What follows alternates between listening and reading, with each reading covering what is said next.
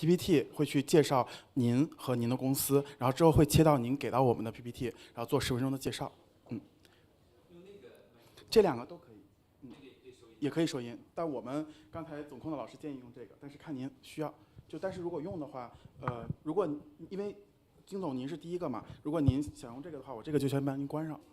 我这个就是怎么去使用呢？这有一个闪灯的这个位置，用桌上。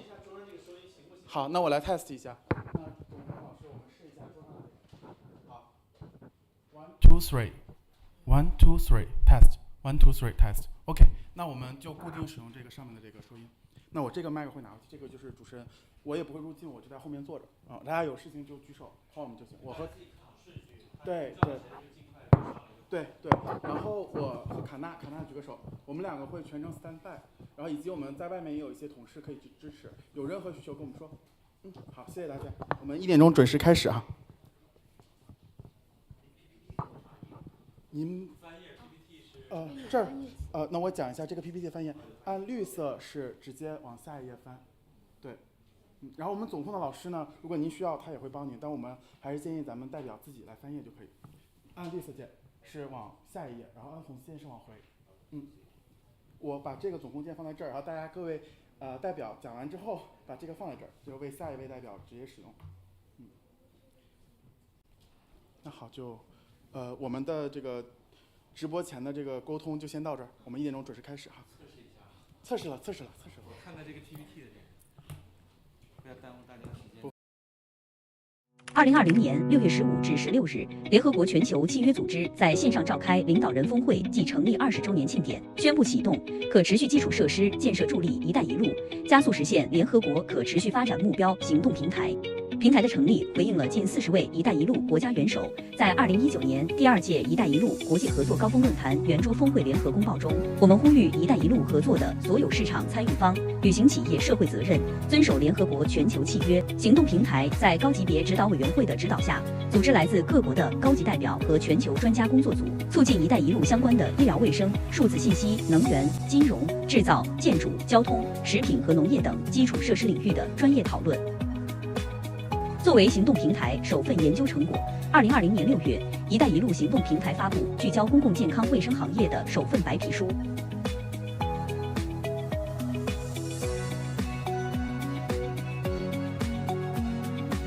2020年8月，“一带一路”行动平台首次全球专家组医疗健康领域会议召开。同年9月，“一带一路”行动平台首次高级别会议于联合国全球契约组织团结全球企业线上直播大会期间召开。2020年9月22日，行动平台召开建设可持续及韧性医疗健康基础设施，加速实现联合国可持续发展目标高级别会议。嘉宾从公私营部门角度重申国际团结和多边合作对抗击 COVID-19 的重要性，强调加速投资建设可持续及韧性医疗基础设施，以及“一带一路”倡议在实现联合国可持续发展目标中的巨大潜力和作用。2020年12月，“一带一路”行动平台首届高级别指导委员会会议在北京召开。21年7月，“一带一路”行动平台发布聚焦能源消费端的企业碳中和白皮书。2021年，“一带一路”行动平台启动首个公共卫生健康试点项目——一体化集装箱生态厕所。2021年10月，首期试点项目一体化节水型生态厕所完成生产组装下线，并落地云南省富宁县。2021年12月，“一带一路”行动平台申请2021到2022年度联合国和平发展基金获批。2022年，“一带一路”行动平台继续医疗健康领域的工作，开启一体化集装箱生态厕所解决方案项目2期。2024年3月，第2期无水型一体化集装箱生态厕所项目正式安装完毕，在云南省麻栗坡县落成并运转。2022年7月，“一带一路”行动平台高级别指导委员会年度会议在北京顺利召开，来自政府、联合国机构、企业、学术机构等近30名委员及特邀嘉宾出席本次会议。2023年是“一带一路”倡议10周年，于10月16日召开高级别指导委员会，17日至18日在北京举行第3届“一带一路”国际合作高峰论坛。联合国全球契约组织总干事桑达·奥加国女士访华，在联合国助理秘书长、联合直播的持续关注，欢迎您来到我们首届联合国全球契约组织在华企业可持续发展行动全球路演的现场。那我们首先呢，在座的各位，请把掌声给到我们在美国、欧洲以及东南亚的观众们啊，感谢他们无论是跨越了时差和时间空间来关注我们今天这个全球路演。好，首先让我们邀请康师傅有限控股有限公司的企业代表为我们带来今天的分享。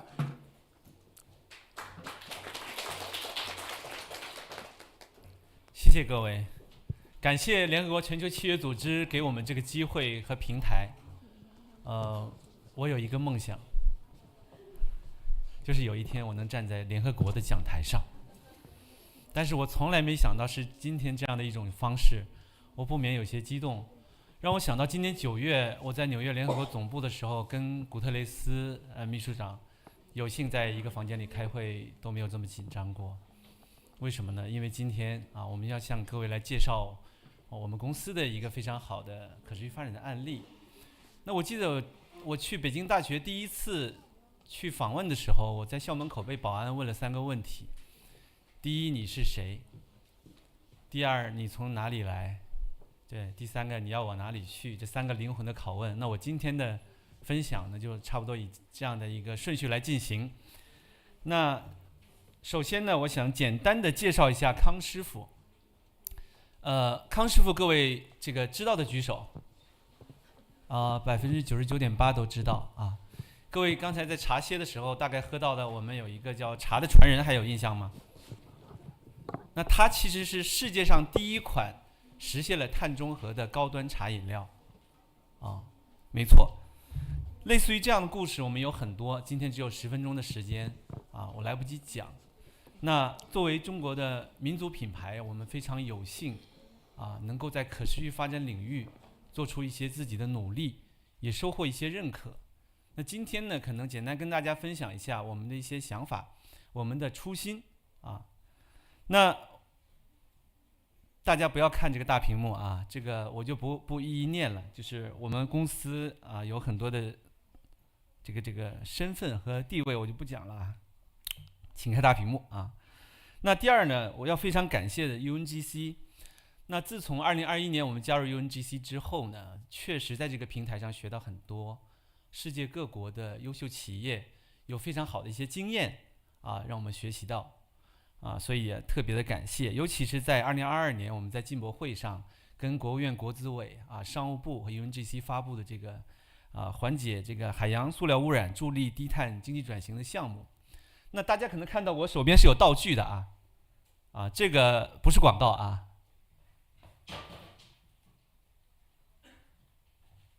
这个是用2个饮料瓶回收再利用做的帽子。所以当时在进博会上，大家可以看那张照片，所有的领导都是戴着这样的一个循环再利用的帽子来一起启动这个项目。这个项目后来呢有很多的产出，就在我的手边那包括我们用这个饮料瓶做的这个双肩包，还有拉杆箱等等我们做了很多循环经济的一些努力。那我想说的是，我们在标题里有一个词叫 economic ESG。 什么叫 economic ESG？ 其实一开始我是听常启德大使和刘蒙总代表第一次提到说 ESG 应该前面再多一个 E， 企业在做 ESG 的时候应该实现它的经济价值，这样才能够可持续。那我现在先举几个小例子。那比如说大家看到的这款拉杆箱，我不知道直播能不能看见这个全世界的朋友们，拉杆箱可以看到是吗？ OK， 这个拉杆箱呢，我们跟合作伙伴一起没有修改它的设计，仅仅是把它的材质换成了60个饮料瓶回收再利用制作而成。那么它的销量涨了6倍。这就是一个非常好的例子，是说我们在进行可持续的一些努力的时候，能够实现它的一个经济的价值，让这个模式能够不断的持续下去。那还有这样的一个小例子，大家会看到说，这不就是一瓶水吗？有什么奇特的呢？首先大家看它是没有瓶标的，减少塑料使用。其次它的故事是这样的，在我们海岸线上面的渔民，我们以非常低的价格把这个没有塑料瓶标的水提供给他，他要承诺：一，瓶子不许扔到大海，都带回来；二，不往海里扔任何的垃圾，来保护海洋。这样能够换来我们以非常非常低的价格把这个水提供给这些渔民，让他们一起来保护海洋因为海洋里所有的垃圾都是人为丢进去的所以用这种方式。那这个又怎么体现 economic ESG 呢？我们实际上还是有一些微薄的利润在里面我不能因为亏钱去做这样的事情。如果是为了作秀亏钱去做，那么它不会持久。所以一定是实现了经济价值，同时还实现了它的 ESG 的属性。那再比说这个我们现在讲的这个碳中和的茶，这是我们第2款碳中和茶，我叫它第1款高端这个第1款叫纯粹零糖。当时我们做的时候，我坦白来讲，我们是有一点点想要赚噱头的想法所以我们当时只做了2000箱，我想做个宣传就结束了。可是在短短的几分钟之内，我们这2000箱就被一抢而空。于是这告诉我们说，消费者对于可持续消费这件事情的接受度可能远远的超过我们的预想。于是我们的胆子大了一些我做了10000箱。可是没想到不到1周的功夫，这10000箱的碳中和茶就又卖光了。那跟各位报告一下，我们的那个纯粹零糖现在已经2000万箱已经卖掉。就消费者对于可持续的商品的接受度已经大大的超乎了我们的想象。这给我们一个提醒是说，是不是我们的步子还可以更快一些我们还有哪些还做的不够的地方于是这个也是我后面想要跟大家分享的。那这一页呢，我也不再详细的念了就是我们有幸得到联合国的一些认可。那今天重点讲的一个项目叫万物皆有缘。我们想到说，通过任何的一个人一家企业都不足以去改变什么。为什么？因为这世界很大世界需要我们每一个人的努力。只有我们每一个人都开始我们的行动前面刘代讲叫行动者共赢，才会有机会。所以万物皆有缘这个项目的初衷和理念就是我们把整个的社会看成一个生态系统，透过食品系统把它串联在一起。从前端的原物料，我举个例子，方便面里面的蔬菜我们把一块荒废了1000年的一块土地经过我们的技术改良，把它做成能够生产蔬菜我们用了一个自然存在的一个煤泥，把它加到这个土壤里面，就让它变成一个可耕种状态。同时我们还把新疆喀什当地本来没有的蔬菜的品种，能够用技术手段把它带到那边，让当地的人们可以吃到这个蔬菜透过我们的这个产业链去改变去做可持续的这个农业用可降解地膜等等等等，我就不一一念了。这是从原物料端。那么在生产端，我们刚才讲的这个碳中和，大家就会说你们是不是在洗绿不是。那你是怎么实现碳中和的？我们是通过自由产业链，茶叶的茶树去吸收二氧化碳当然我们 A 减 B 等于0才是碳中和。我们先把 A 做得越小越好，所以我们节能减排做了很多在工厂端我们怎么样把这个排碳减到最少，剩下的一点碳我们用自有的一个茶树去吸收它这个是我们在生产端。那下游端一样的我们在上海迪士尼里面放了我们的饮料瓶回收机。那这是为什么？教育消费者。因为前面刚才刘代讲这个产品生命周期，我们去看的时候是它怎么样连接更多人，它怎么样连接到消费者。碧斯每年会服务大概9亿的消费者，所以每一个人都有机会做一个可持续的一个行动者我们通过这样的行为去激励他们购买更多的碳中和的产品，低碳的商品同时它这些饮料瓶也好，我们回收再利用，变成一个循环的经济，让它整个的生命周期会不断的循环可持续下去。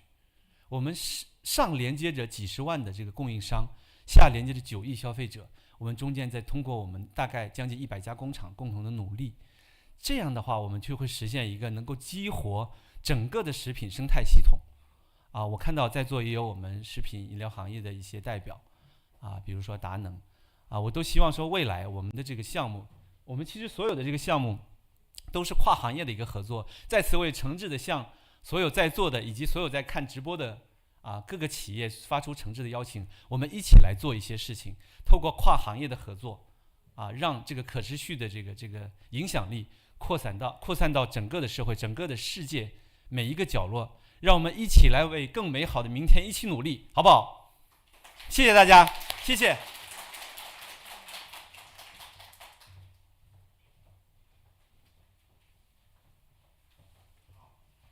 特别感谢李金总的分享。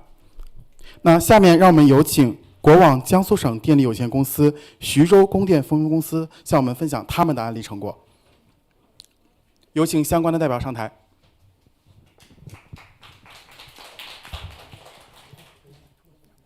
谢谢大家。首先做一下自我介绍。大家好，我是来自国网徐州供电公司苗鹤。根据安排呢，下面由我来和大家分享国网徐州供电公司基于全电能源站率先实现校园可持续供暖的项目。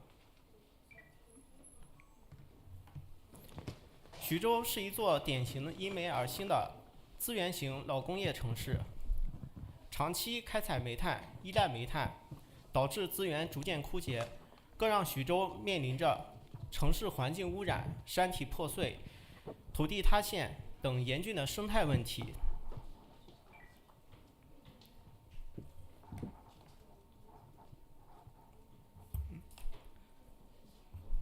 高校作为城市文明的高地，其用能形式丰富，创新要素相对集中，是社会用能形态示范展示的高地，同时也是城市低碳转型的示范高地。据前期统计全国高等院校能源消耗占社会总能耗的10%，全国大学生人均能耗是居民人均能耗的4倍。大学校园已经成为清洁能源改造的主要场景之一。国网徐州供电公司一直致力于推动区域能源低碳转型。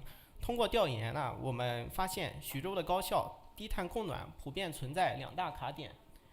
第一是自发采暖模式下碳排放量高，徐州政府前期联合各方大力发展热电联产的集中供暖模式，逐步取缔锅炉、煤炉等自发采暖的用能模式，降低碳排。然而，不少已经建成的高校，由于前期没有铺设集中的供暖管道，运用煤炭、天然气进行供暖，高碳排的问题依然比较严重。第二是新型的供能模式下节能潜力较大，随着煤电比例逐步降低，大规模新能源逐渐并网，徐州地区低谷电力时段消纳难、尖峰时段供应难的情况不断出现。高等院校作为特殊的公共建筑集群，占地面积较大，涉及的用能场景过多，通过人工管理难以推动供暖等各类用能设备节能降排。高校通过相关的平台以及通过智能化的手段管理用能设备，自动调用校区内可调负荷参与电网需求响应，可以减少用能需求凸显的问题。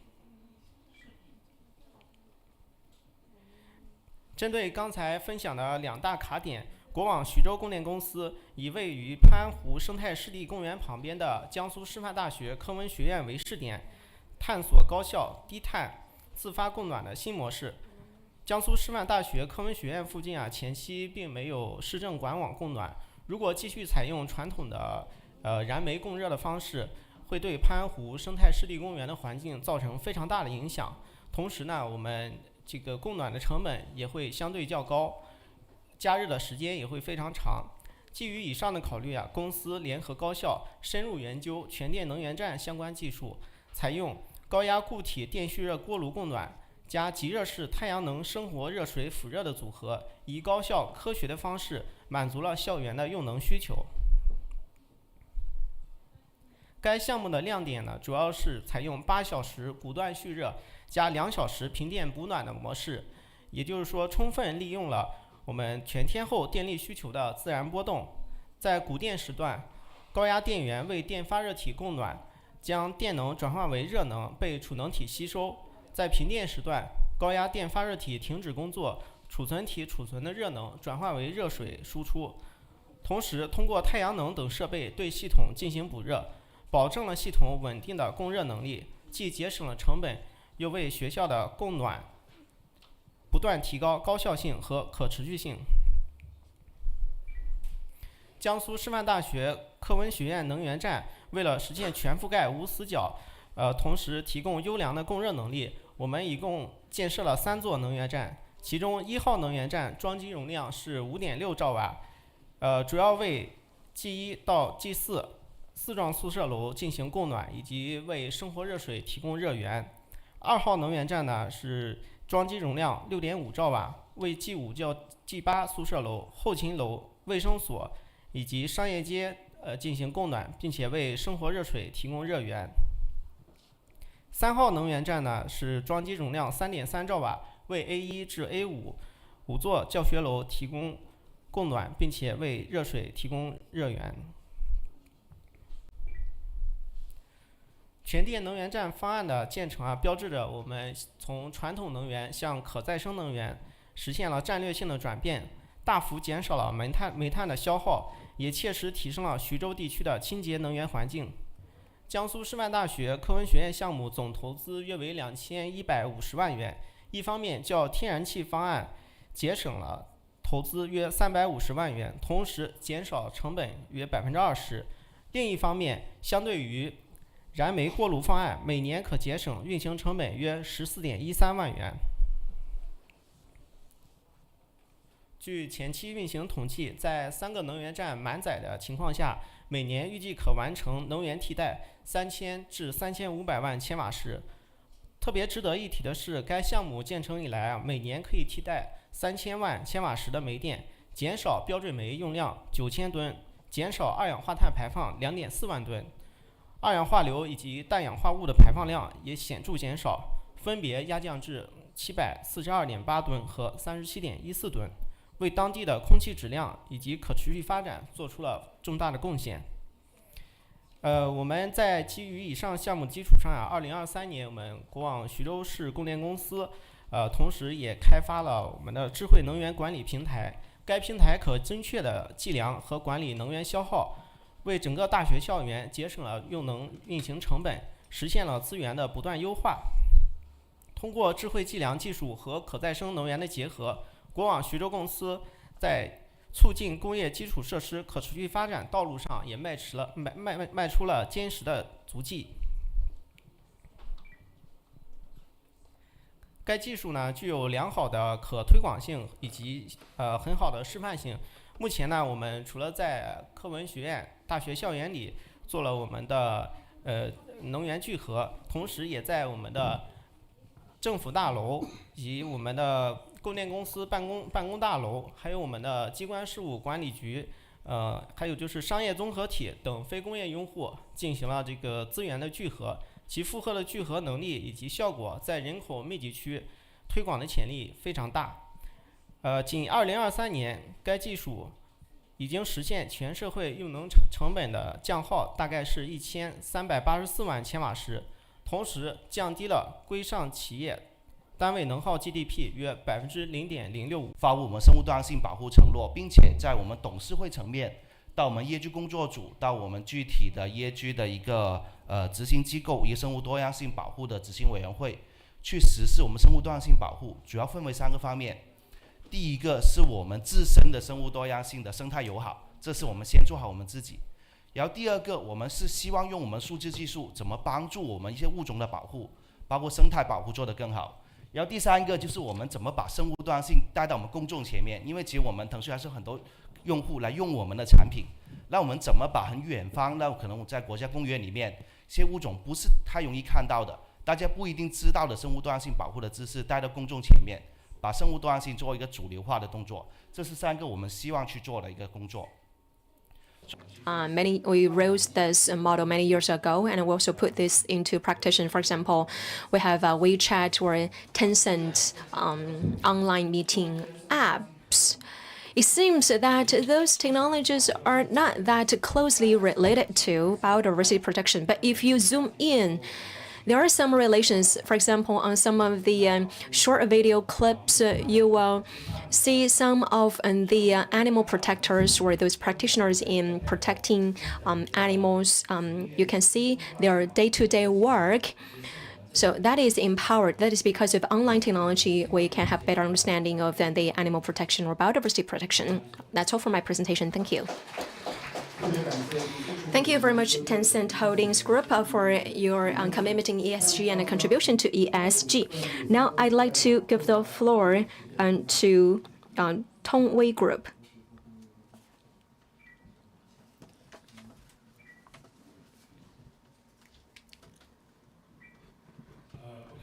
Thanks for these great opportunities, and I would like to use my per-English and directly to introduce about Tongwei and our ESG storage, and we named it Play the Song of the Fish and the Light in the New Age.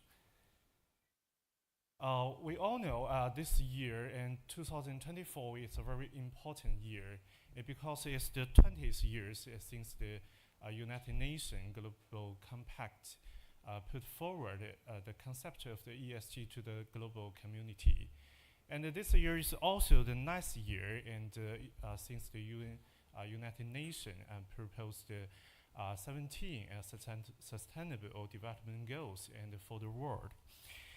Although in the past time, and the people from various countries and the different industry makes a lot of contributions into SDGs, but according to the latest report from United Nations, and we know it's not enough. Just 60% of SDGs can be achieved by 2030. And it's include about our global climate change target, 1.5 centigrade, may not be achieved by the end of the century based on the current efforts. So according to the COP28, we know we need to put more than achievable efforts on developing the renewable energy. So this is the reason and why Tongwei works so hard on the PV manufacturing, and we built integrated PV value chain, and from silicon to the solar cells and to the solar modules. And this is also the reason why Tongwei do a big transformation, a strategic transformation from agriculture sector and to the PV manufacturing sector. And Tongwei used to resolve the regional issues like the food shortage and the food security issues for Chinese people. We provided green field, cooperate with our farmers and use the modern technology. And nowadays, Tongwei are focusing on the global issues, tackling the climate change, promoting the energy transition, and with our partners. At the same time, because we have both experience on the agriculture and the PV industry, so we create a very successful and commercial model and named the PV and the fishery integration. And this integration is a kind of a power station, and which can generate the electricity above the surface of the water and culture the fish under the water. Can provide the green energy and provide the green food at the same time.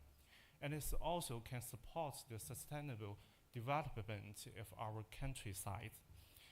And this model can also respond to many SDGs, like the SDGs 2, zero hunger, and the SDG 7, the affordable clean energy, and SDG 12, and the responsible consumption and production.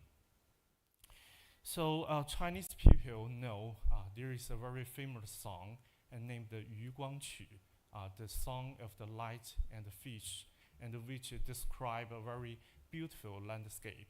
But right now, and Tongwei writes the new song of the light and the fish, and based on the PV and the fishery integration, because it can development do on the environment, economy, and society. And until now, we have built 54 projects distributed in different provinces in China. And the great connected scale of this project can up to more than 4 gigawatts. And it means every year we can generate more than 9 billion kilowatt hours clean electricity to the community, and which is equivalent to more than 3 million tons decarbonization from the electricity. And the reason why we have this best practice is just because we have a sustainable supply chain, and we have almost the largest production capacity of the silicon, solar cells, and fish feed, as well as our shipment about our products also take the leading position in the world.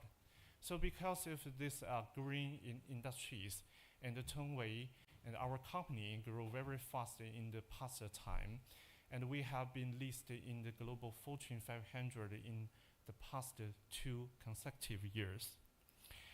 And the reason why we have this best practice is also depends on our strategies. Tongwei TW means together to win. It's not just only means we get all of the business together. It means we get the people together.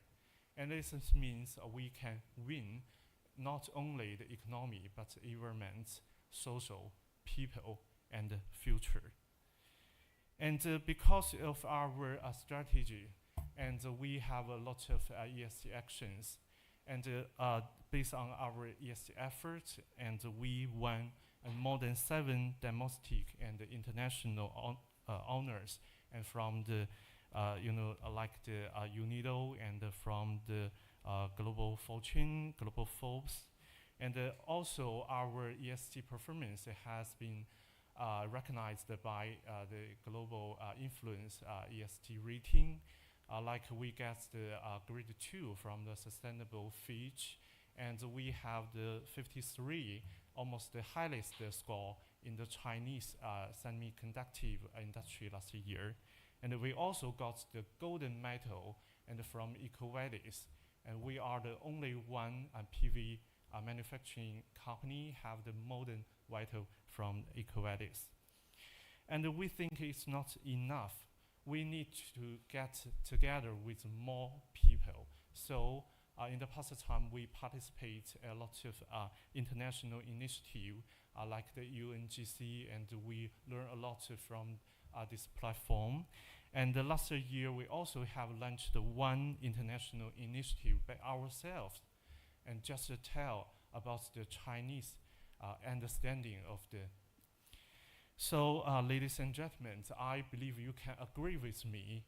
ESG has become a common language of the world. Even we have a different language, different background. But if we want to go further, I believe we can agree at that slogan. We need to get together to win. Thank you so much.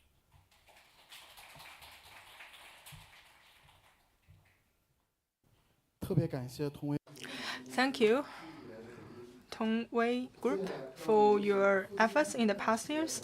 Now let's give the floor to Fusong to tell us their good practices in the sustainable development.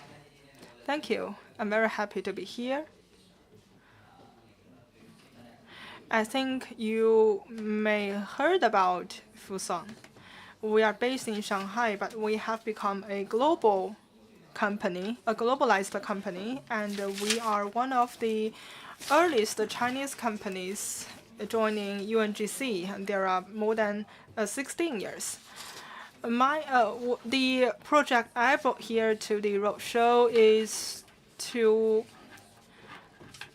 about the rural doctors. In the medical industrial chain, we see many products like the medical insurance, etc.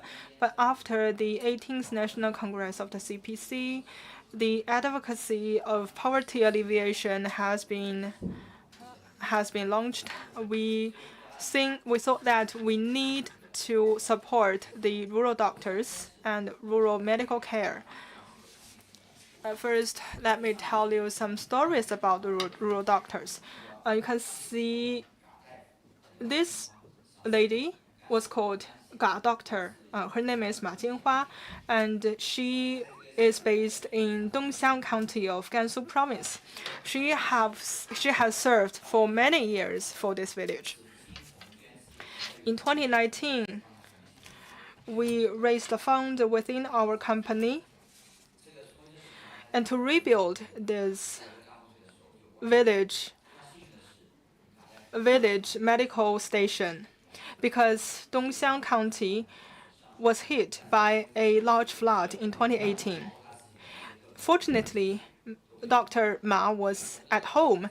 However, all the devices, medical devices, and other equipment in the medical station of this Guoyuan village was flooded away. So we donated and built and rebuilt a new medical station for this village. And this gentleman, Mr. Zheng, is also a rural doctor in Shanxi province.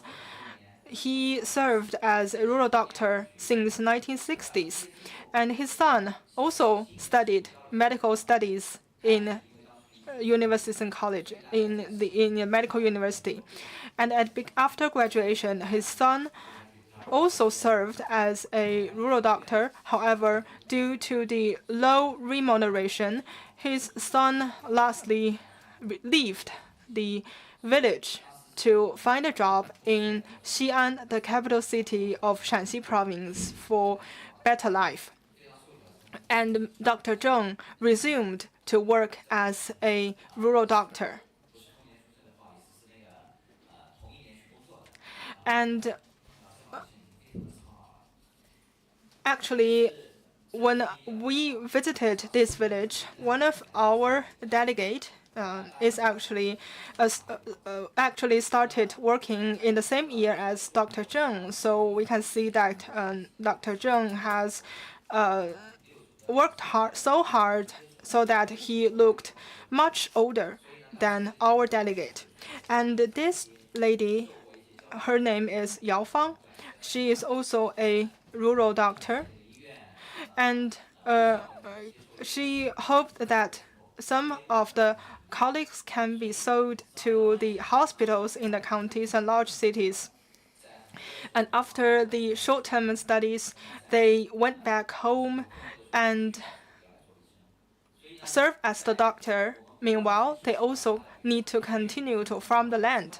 Miss Yao is one of such doctors. We can see that in her home, she was planting a very large coffee plantation, and we worked together with some other companies to purchase her coffee fruit at a good price. That is how we can help to improve the income of the rural doctors so that they can be more reassured to serve the local villagers.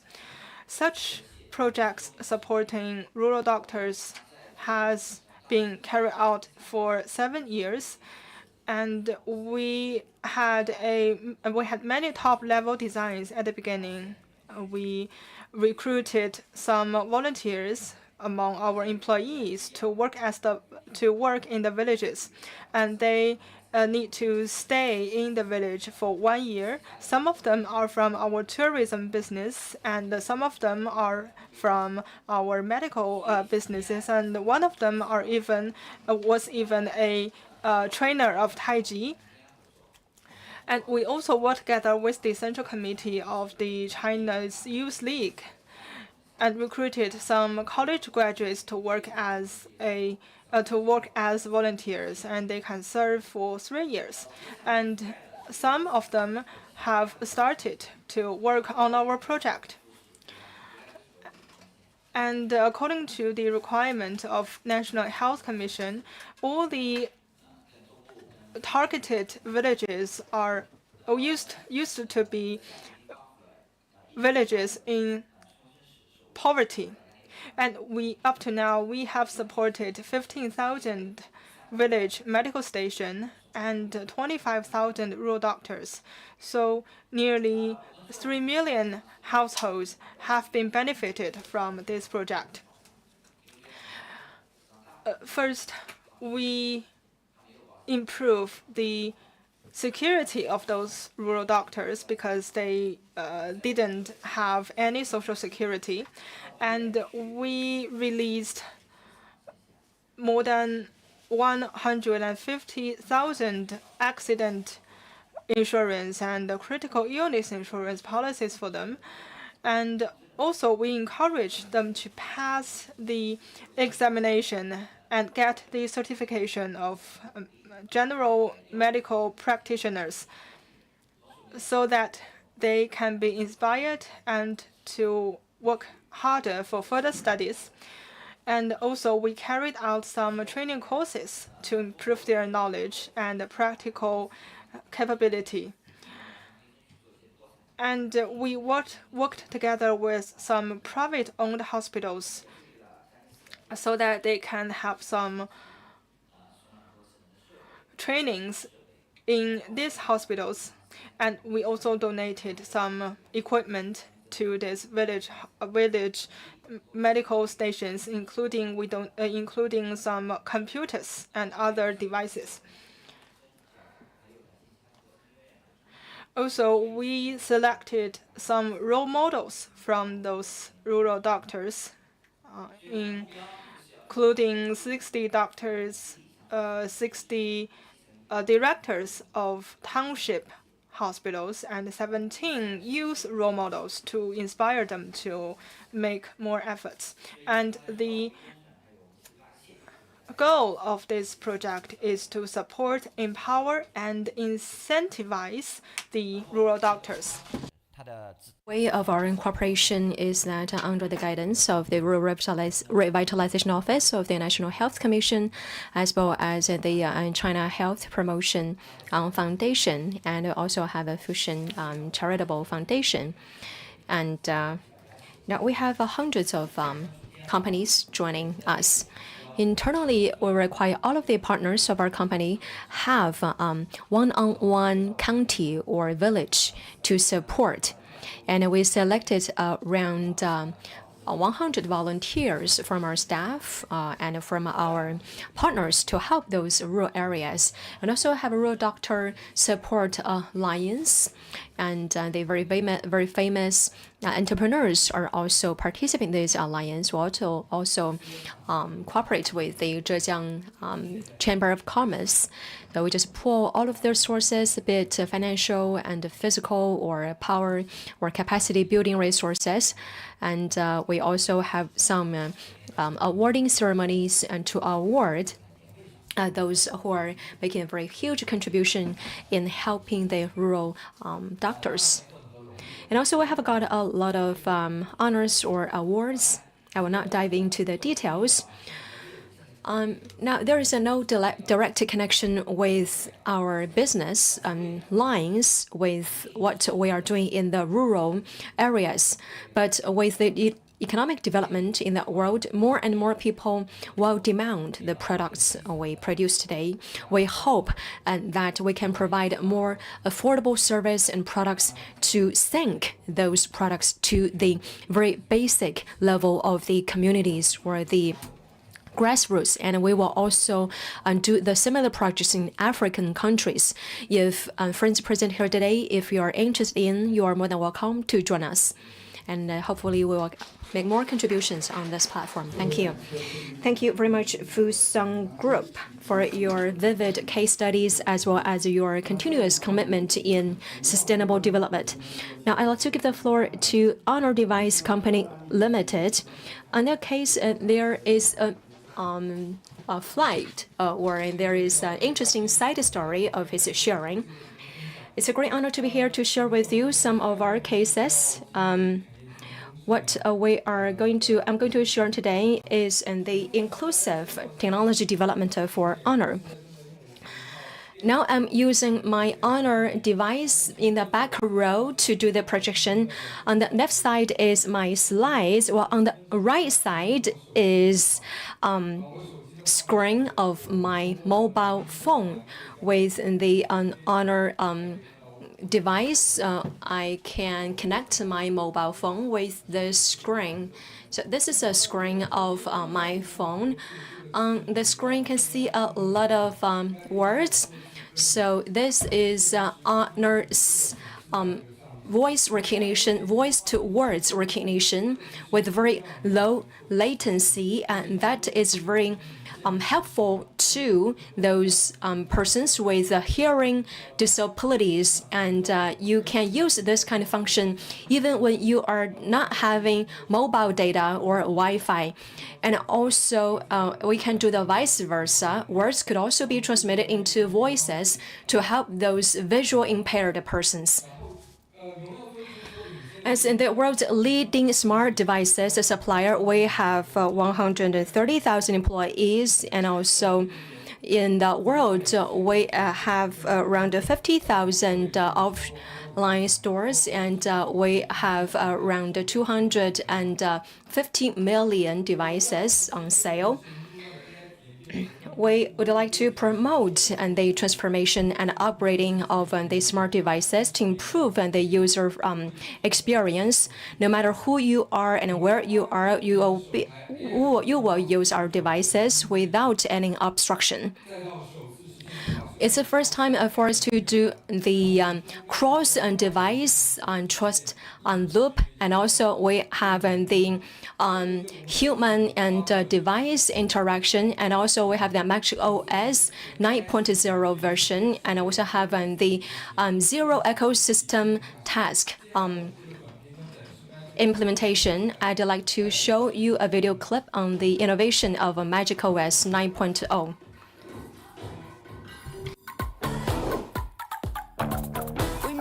悠悠，帮我点一杯奶茶。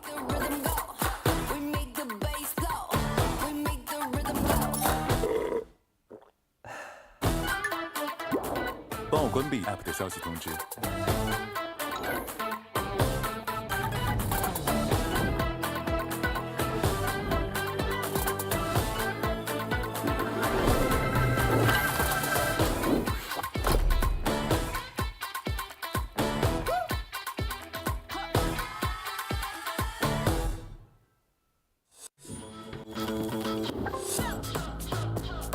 快点把准备上市的产品发资料发给我，抓紧时间，我要再看看。我正在外面买东西，卡里没有钱了，请给我转一笔吧。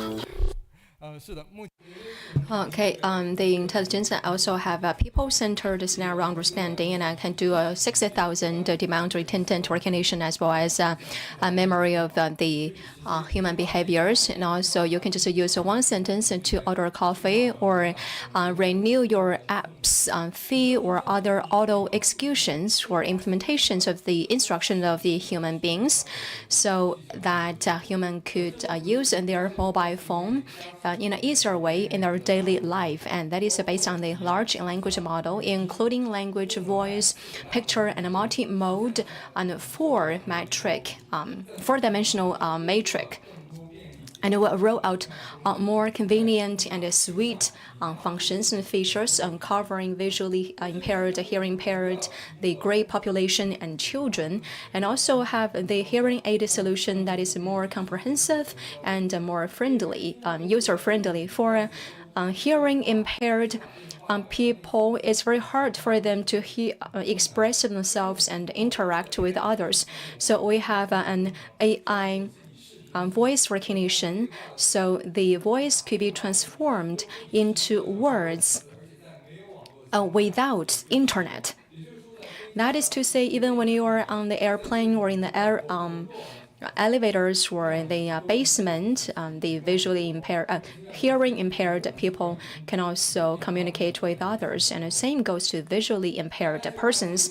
Magic OS 9.0 version will improve the speed and the correctness of the recognition as well as the recognition of dialects, and we will expand to recognize more local accents or dialects, and also will provide a more sweet and a more efficient and cost-effective solution so that the disabled persons, for example, visually impaired persons, they cannot see. For example, if you show a picture in front of them, and they will not know what the picture is, but the picture description function will help the visually impaired people to understand what the picture is.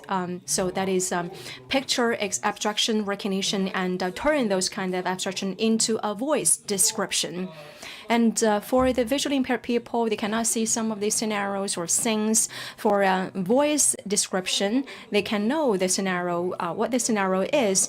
And also, such kind of a picture description function is to abstract the things, behaviors, locations, emotions, etc., and provide two contents. The first one is a brief one. Another one is standard one. If I turn on my mobile phone, I use the camera to capture this picture, and the phone will read to me, and there are a lot of caves on the cliff, and the sky is blue and clear, and there is sun shining, etc.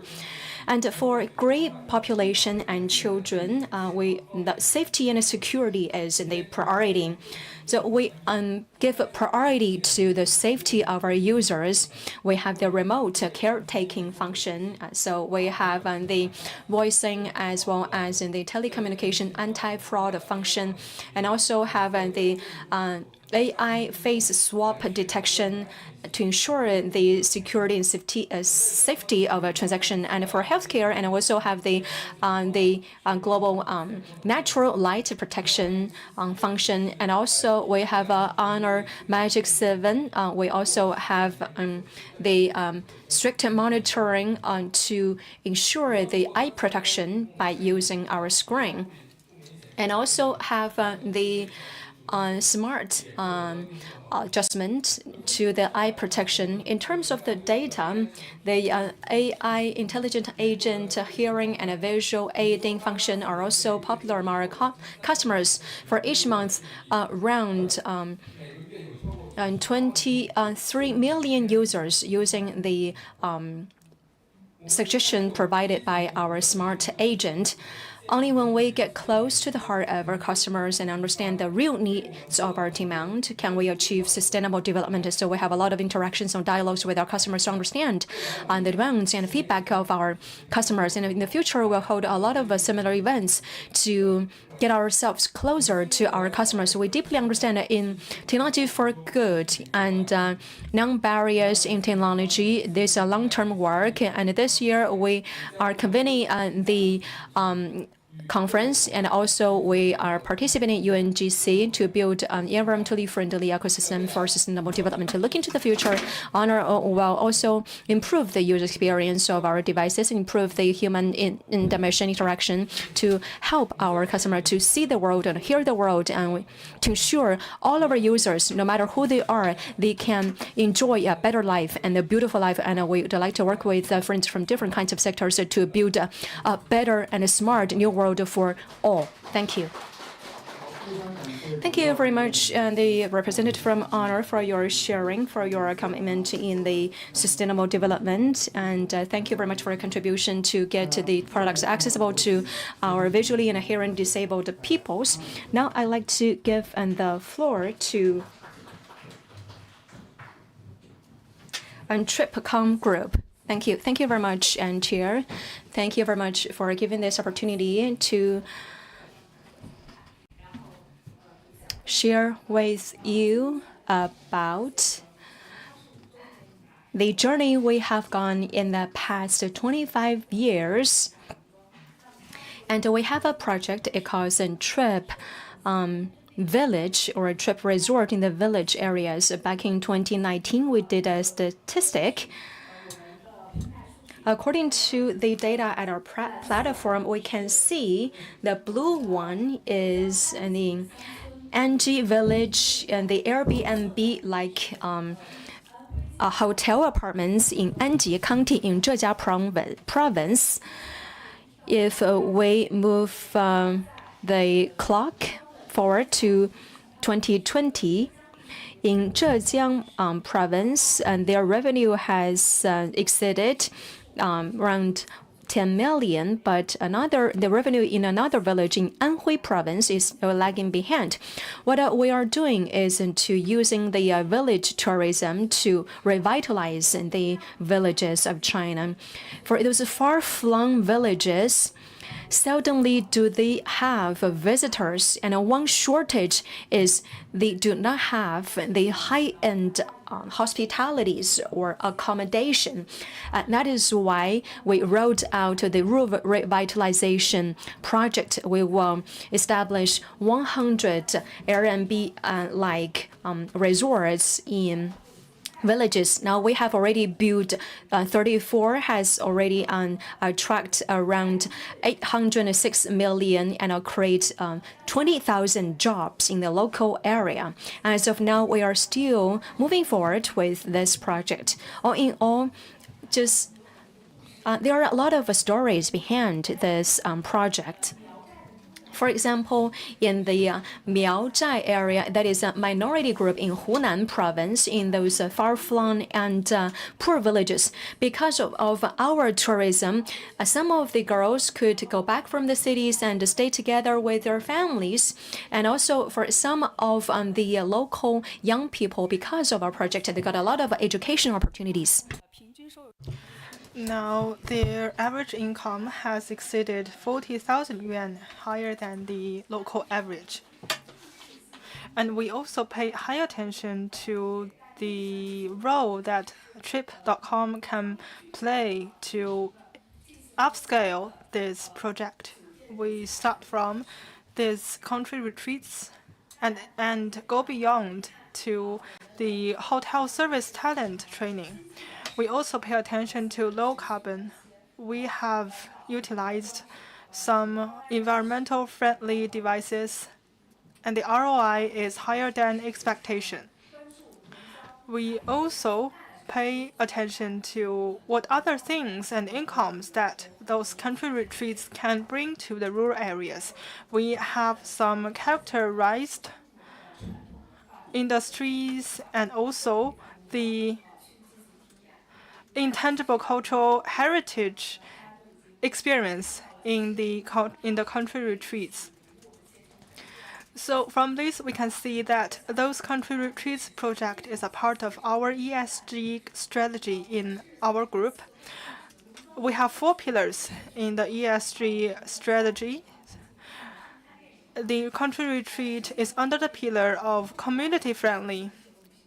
Apart from those country retreats, we also have SOS platform for the global tourism. If you are in any country, you can have our first response on the basis of this platform.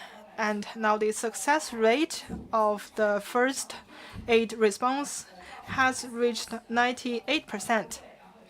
And several years ago, we held an SOS platform launch ceremony to introduce this brand to the global tourists. And actually, Trip.com is a very special company. We are human-oriented. And the making of many policies regard human as the most important original mission. Actually, we have the subsidies of childbirth to encourage our employees to have more children. And also we have bonus for global employees, and the total budget is 1 billion yuan. So we can see that in the past years, there are 550 children of our employees have got this bonus. So this is the second pillar, family friendly. And since 2021, we actually since 2022 we carried out the remote office policy. That is, on every Wednesday and every Friday, our employees can choose to work from home. The satisfaction rate of our employees is very high, and we know that performance and output of Trip.com was not influenced by this policy of work from home. So we hope that more companies can bring this welfare to the employees. And this is also part of the family-friendly pillar.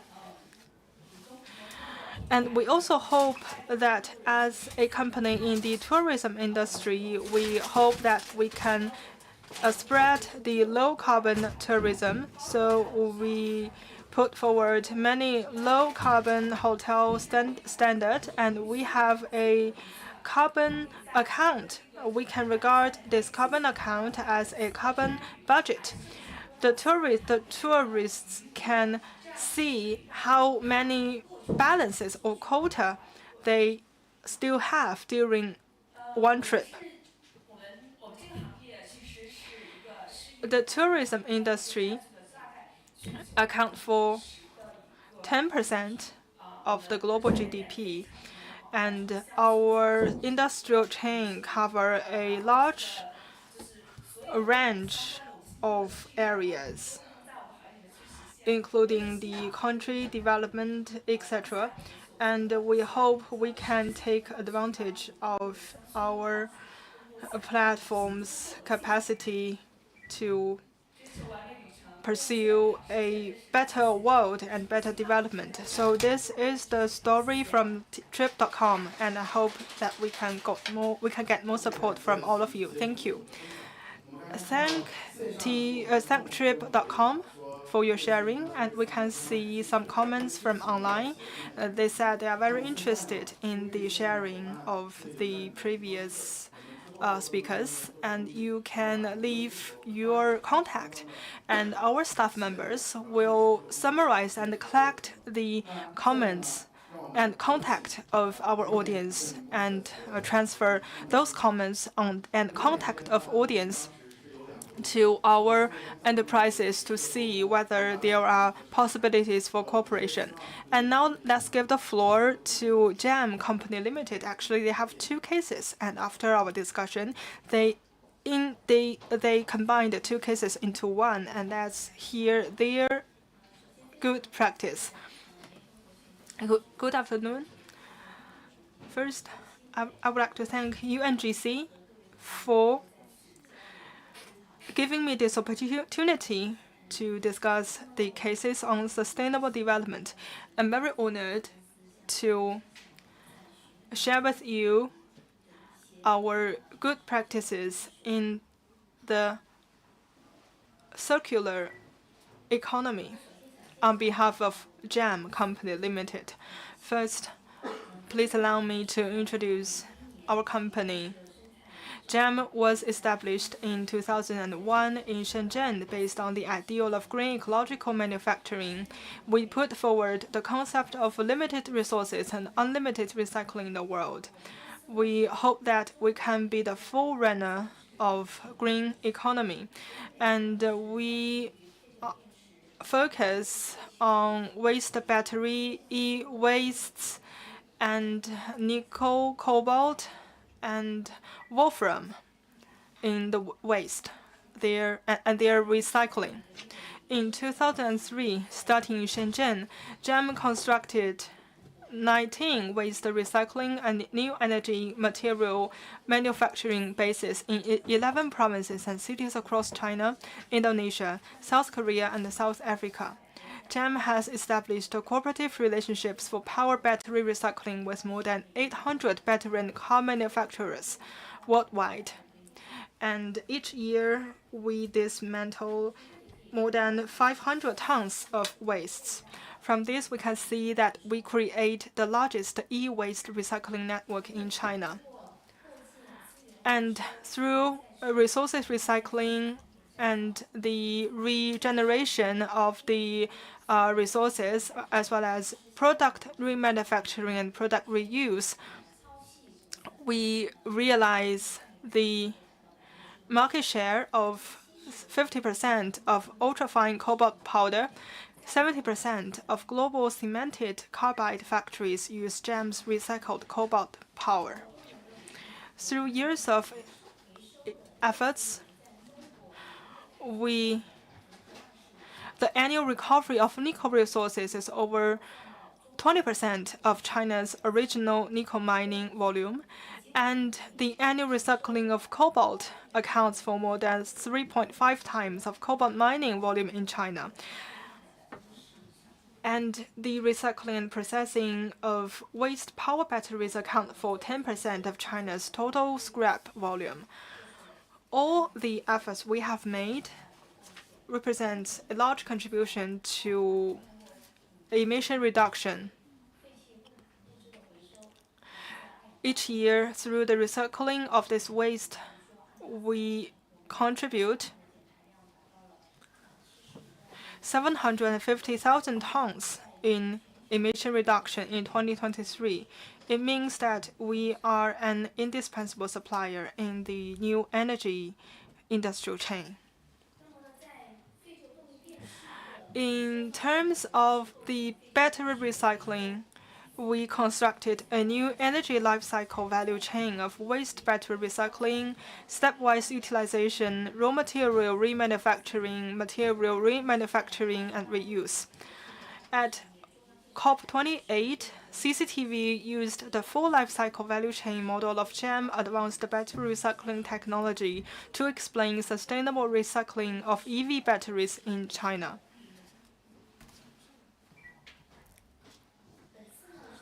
And this time, another key of my presentation is the advantage of GEM's recycling of waste battery.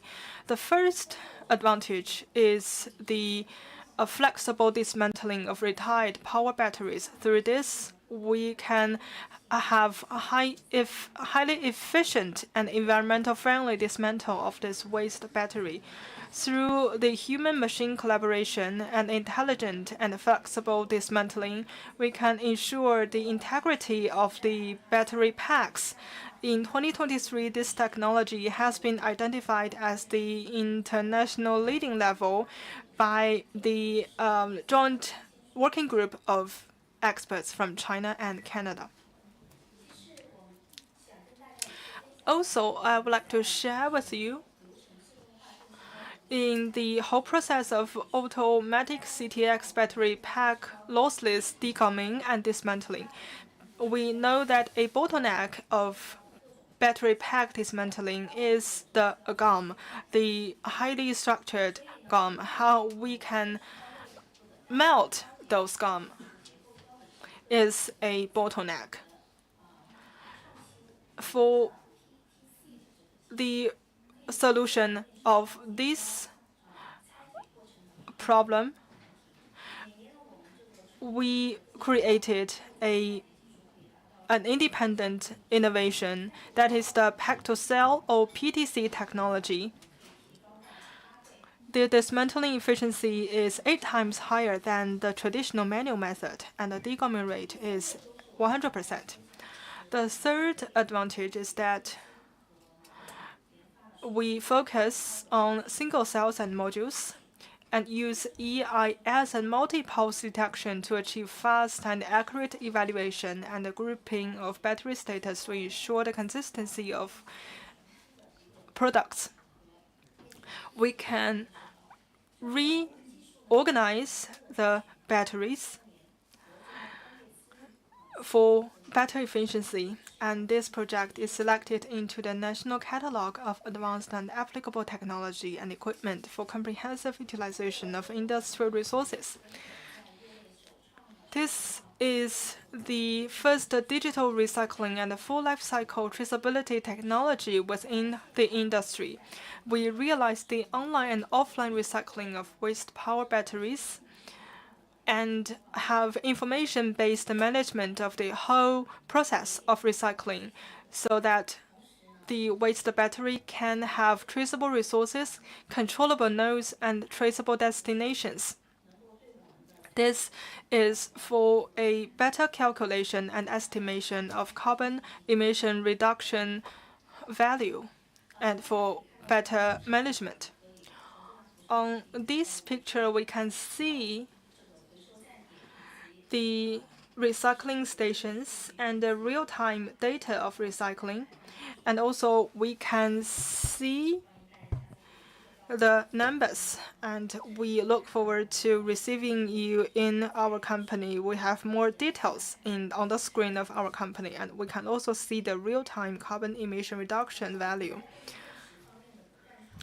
The innovation in batteries lead to a world-leading recycling recovery rate. For example, for nickel and cobalt, the recovery rate is more than 99%, and for lithium, the recovery rate is 95%, and this is much higher than the EU battery regulation. EU requires 95% for nickel and cobalt and 80% for lithium batteries.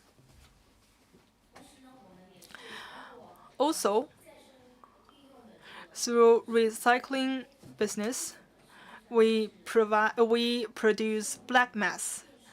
Actually, the black mass is a very important element in the new energy battery. Through this recycled black mass, we produce this element. The carbon footprint has been reduced by 70% in this regard, so that the circular economy could solve the scarcity of resources and low carbon development in the RE sector. And in our company, we are doing well in the R&D as well as low carbon work, and we would also like to open what we have done to others.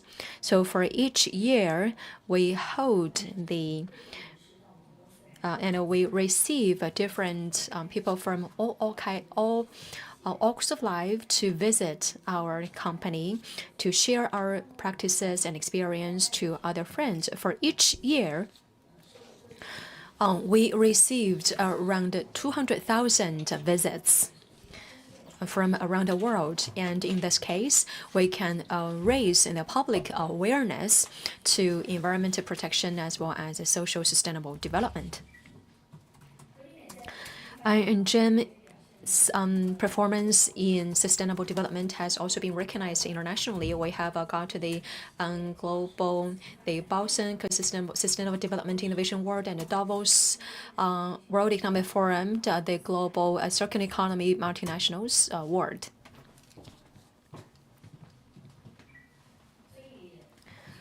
That is to say, circular economy as well as a low-carbon economy is the way to respond to climate change and achieve sustainable development. And we also hear some of the speakers saying about responsibility, accountability, and mission. And Jim would also like to work with our partners around the world to shoulder our responsibility as a corporate and to build a greener, better, low-carbon, more harmonious, and more civilized world, and to contribute to the world. Thank you. Thank you very much for Jen for the sharing. Now I'd like to give the floor to Esquel Group for the sharing, please. Good afternoon, dear friends. I'm from Esquel Group. I'm Chen Haiyin. It's a great pleasure to be here for this roadshow of the companies for 20 cases examples in the past 20 years. And I'm very happy to share with what we are doing at Esquel.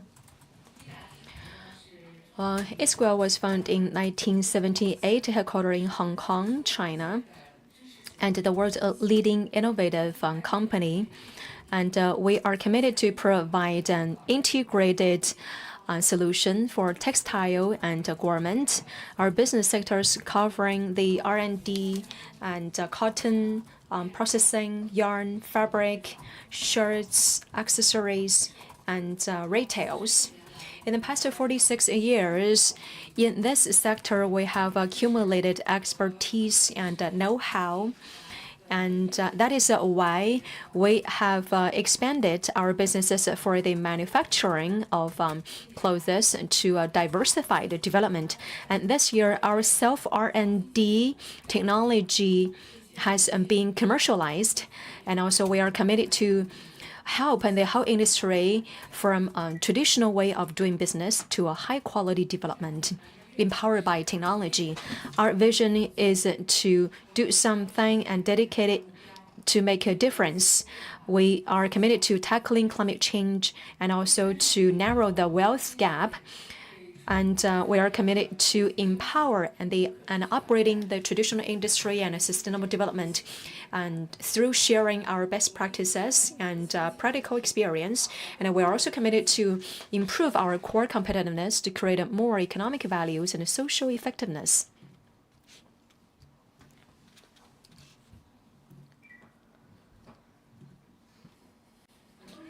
Many years ago, we were aware that China's textile manufacturing traditional mode was not sustainable. So we have been thinking about where this industry should go to turn ourselves into a positive and driving force. And this is Shiru, and this is a sustainable park in the beautiful city of Guilin in southern China.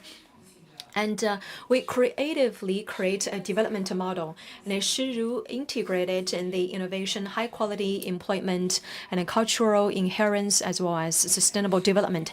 It showcased in the harmonious coexistence between manufacturing and nature.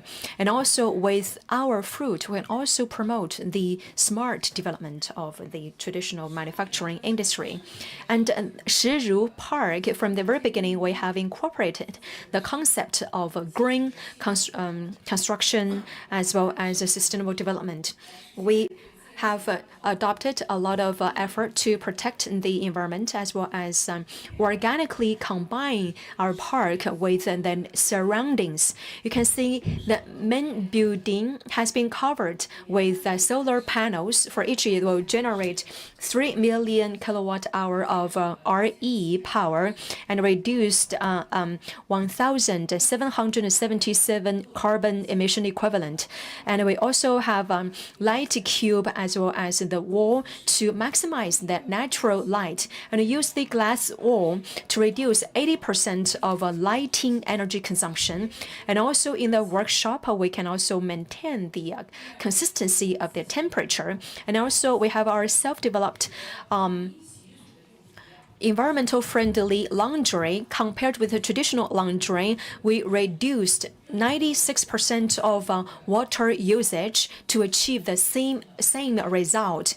And also we have achieved zero industrial wastewater discharge. And also we collect the raindrops, use the natural lake to use as our water reservoir.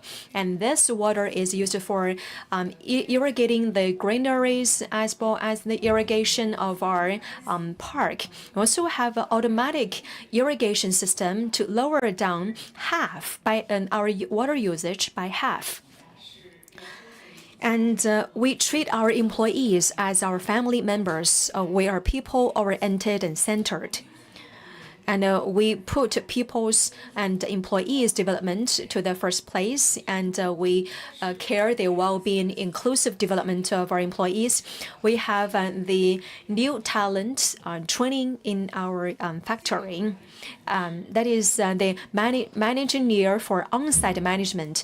This is uniquely created by Equestro. This is a manager this word is created by combining manager and engineer. This kind of a training model has broken the traditional way of doing business. We have hired the young college or the vocational school students, and so that they will improve their comprehensive competency in terms of machinery maintenance and management. With such kind of skill set improvement, our productivity has been improved, so is the income of our employees, and also provide a higher education opportunity to our employees. Since 2015, our group has cooperated with the China Open College for 2.5 years of a plan for our employee who haven't been received in the higher education. By the end of 2023, around 1,519 employees have graduated from this program. And this park is committed to a building environment for cooperation, respect, and support well-being and health. And through Danny 2.0 program, we help our employees to build a healthy lifestyle.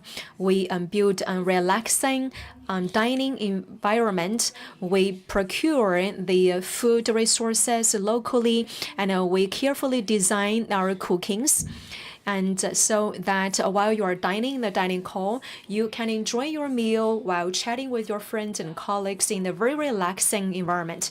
Well, Office 2.0 environment is for the combine the assembly lines and the office areas. We use the open or sharing space. So we broke down the wall for different working areas, as well as broke down the hierarchical walls. And also use multifunctional or multi-purpose space. We also have a sharing space and a self-service to show our respect and our trust to our employees. As a sustainable park, Shiru Park is a demonstration of the peaceful existence or exploration between the manufacturing and nature. Through this park, we can show our peers or other sectors to feel ESG, and so as to inspire other ESG movements to achieve SDG goals. Since 2015, each year we'll hold Shiru dialogue in this park.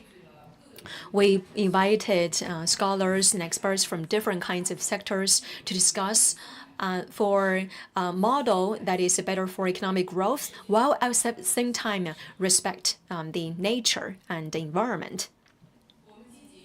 We actively cooperate with top universities and research institutes, and we have conducted ESG seminars and programs, as well immersive experience programs. Those programs are highly recognized by different kinds of friends, and also cooperate with the Kunming Planetary Institute and build the China's first natural dyeing park. And in this park, we collect and planted and protect more than 100 plants for dyeing in China. And we are committed to pass forward China's traditional craftsmanship of dyeing, so that this kind of a traditional technique will be more vivid and more alive with the modern technologies.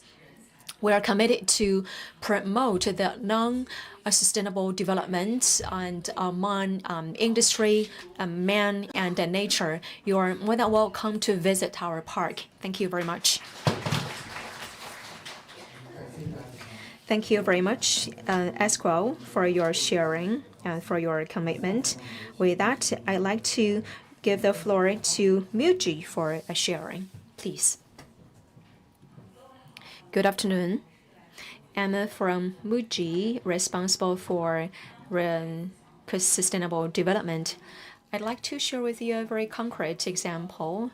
We have a OBP, the OBP called ocean-bound plastic. This is on ocean plastic. Before that, I'd like to give you some hard facts about our company, founded in 1980 in Japan and moving to China in 2005. Have around 1,300 stores in China and 700 stores in overseas, accounting for around 60% of the overseas market of Muji. So China is the largest overseas market. And also have the local products development that is in line with the local consumers, and also we procure locally. And in our products development, we also adhere to the 3 products: the selection of the raw materials and simplifying the packaging.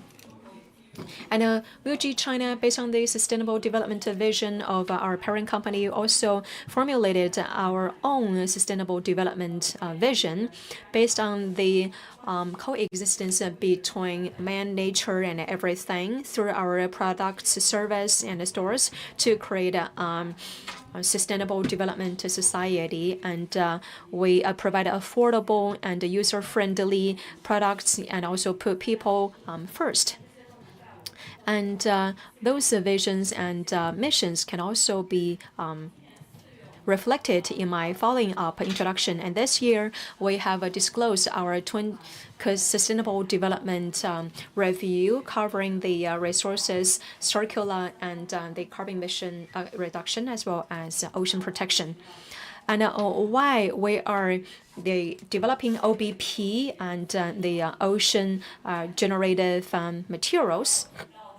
As I said, that Muji China's mission, that mission or vision is based on the philosophy of our parent company to build society and a life with good feelings. And based on that, we have done a lot of work against the backdrop of climate change, and the protection of the ecosystem of ocean is also at the heart of our agenda.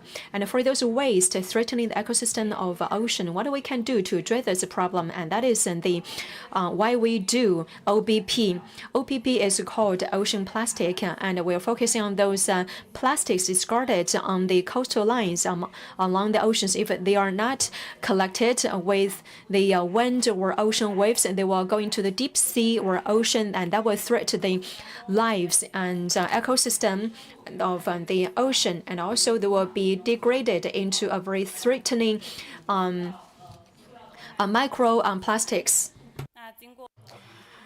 After detailed studies and surveys and visits of upstream and downstream supply chain, we developed and designed the OBP series products. During the process of development, we also invited craftsmen from every sector to further develop and try the products. The OBP elements have 2 sources, and I need to emphasize that both of them are from the coastline of China. The first is a wasted fishing net. We encourage fishermen to recycle the fishing net and avoid them from flowing into the ocean. Actually, the fishing net are divided into the green part and the white nylon part. The aunts in the village will separate the 2 parts. The white part will be dried in the sunshine and go into the further processing links, and the green part will be tied with the new white nylon and reused in the deep ocean fishing boats. So actually, the fishing net themselves are in the process of reusing. Another source of the OBP element is the wastes in the sea. We recycled the plastic rubbish from the coastlines in China and put them into the modules of the products, and these modules are made into the OBP handmade bag. So these bags are made from the grass textile techniques from Shandong province. Actually, it is an intangible cultural heritage. And there are two inheritors of the cultural heritage in the OBP handmade bag factory. Actually, the aunts in the local village are able to use this technique to produce the handmade bag. According to our estimation, about 1,000 craftsmen are involved in the production of handmade bags, and this provides more jobs to the locality. The OBP handmade bags are popular among consumers. Before advocating sustainable consumption and outreaching the consumers, we firstly need to let our employees to understand what companies are doing. Through the feed of the WeChat account, official account of the company, the employees can fully understand the sustainability concept and the concept and stories of OBP products. And for consumers, we would like to spread the values and the stories behind the goods to let the consumers to echo with these stories. And also, we believe that by doing so, we can involve more consumers into the environmental protection and green development. In 2023, apart from the handmade bags, we also launched some new products, including the T-shirts and slippers, etc. And based on the demand of the consumers, we have carried out more campaigns to raise the awareness of sustainable consumption. As I've mentioned, we are upholding three principles in the R&D of Muji goods. The selection of raw material is the first step of the R&D of the goods, and actually the utilization of sustainable raw materials is critical to the sustainability of the whole life cycle of the goods. For T-shirts and pants, their ingredients are 100 OBP. And for handmade bag, the ingredients, 96% of the materials are OBP. So, and also, we don't use package of these products to minimize the consumption of resources. And of course, the OBP is not only about the goods themselves. For example, from the perspective of the utilization of OBP elements, we can see that we launched the first OBP outlet in Shanghai. And up to now, we have established 16 outlets using sustainable materials. And in February this year, we launched the largest flagship store in China in Chaoyang Joyla Club of Beijing. The annual carbon emission can be reduced by 32%, and in the future, we will spread the use of OBP to more parts of the outlets, including the outfit of the wall. We believe that the outlets is an important venue linking consumers and goods. Through sustainable concept, services, and goods, we hope to raise the consciousness of the consumers and to establish a sustainable lifestyle while meeting their demand. Apart from goods and stores, we also organized volunteers to participate in the campaigns of cleaning the coasts. And we are exploring the 100% reusing of those recycled materials. We worked together with Beijing College of Garment Design to work out more innovative plans and programs. In the courses, we also use OBP materials, and the students can add more innovative elements when using these OBP materials. Also, for the child education and protection, we integrate the environmental protection elements into the children activities to raise the consciousness of children and this is to reduce the usage of plastics. And now we have recovered 2.5 million tons of plastics from the ocean, and it equals to the emission reduction of 1.9 billion tons of carbon emission. And this is a very successful good practice in the resource recycling and recovery.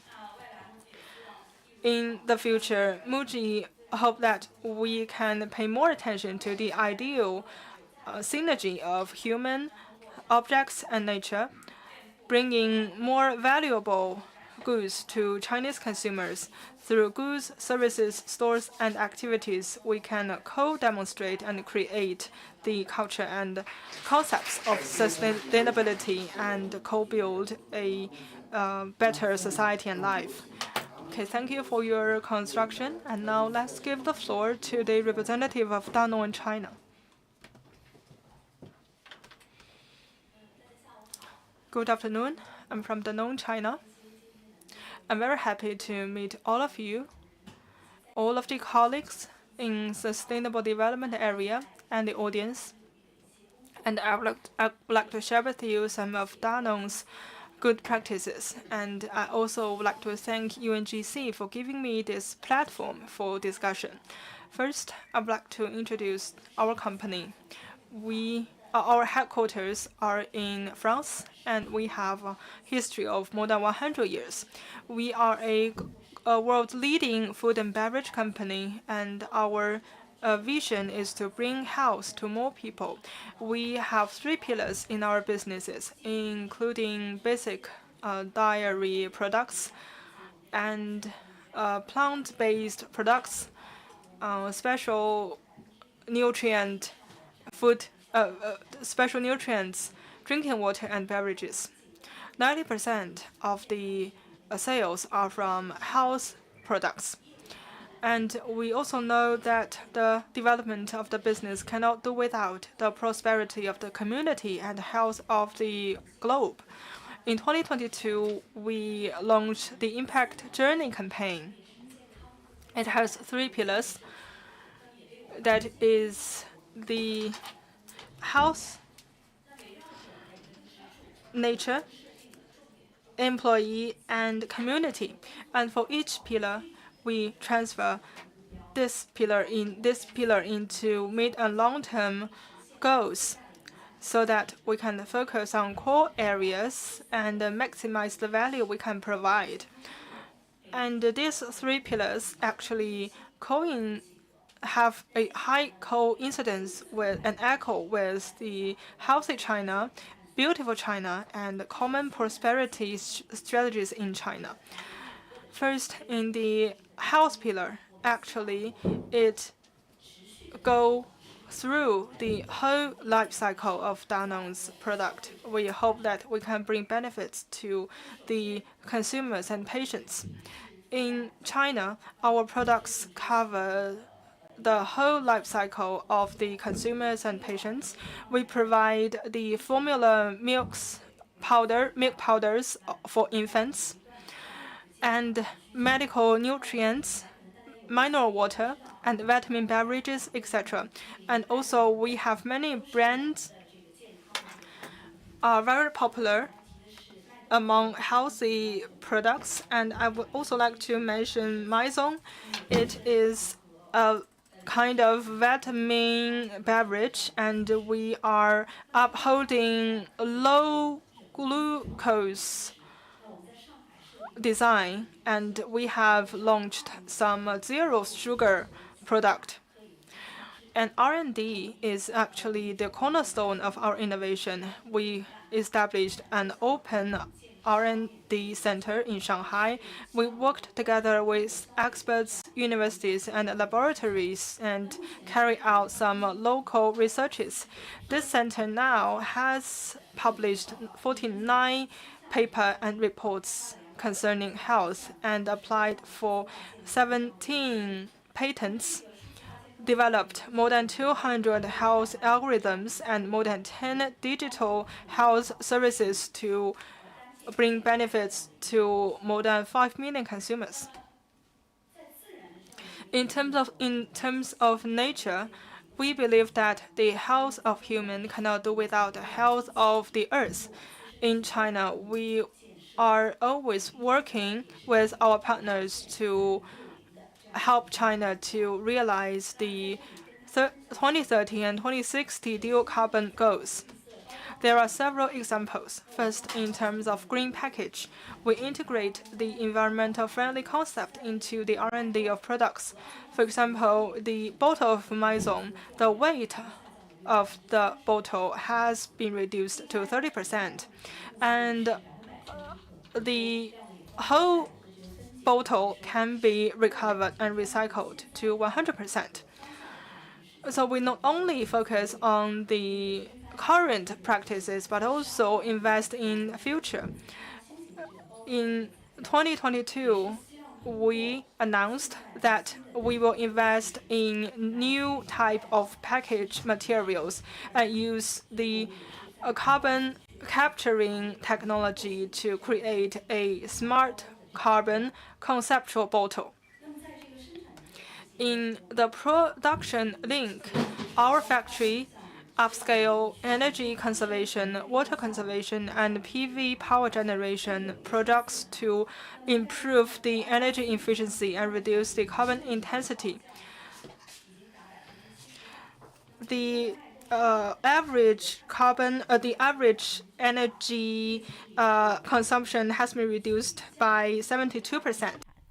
And the total carbon emission has been reduced by 92%. As we all know that sustainable development cannot be achieved by a single one company. And we hope that we can cooperate with our partners at the upstream and downstream. So in 2023, we worked with our suppliers from the upstream and downstream to start the carbon emission reduction initiative.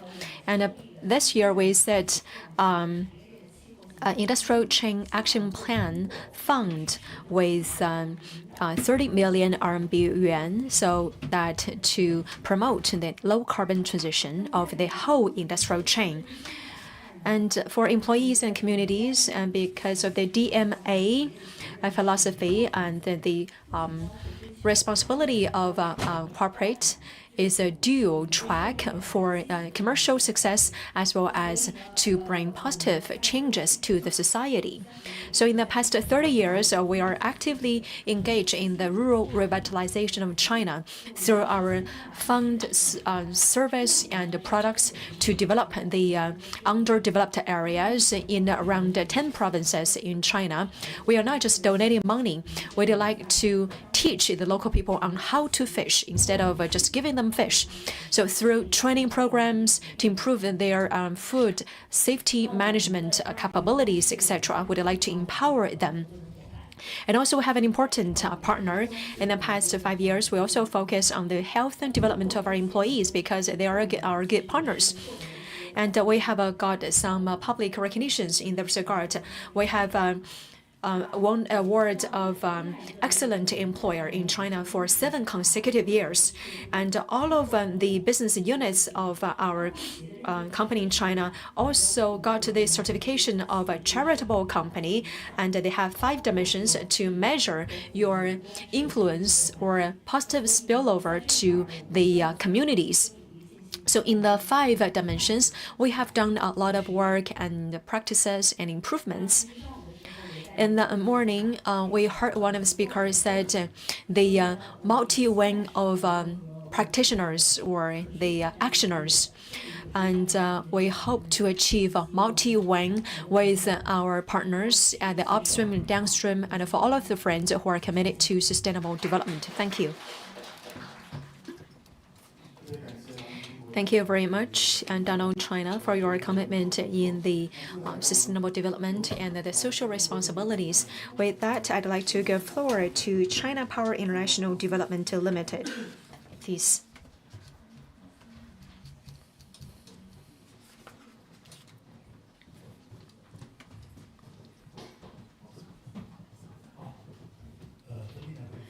Distinguished guests, good afternoon. I'm Yang Xiaosong from China Power International.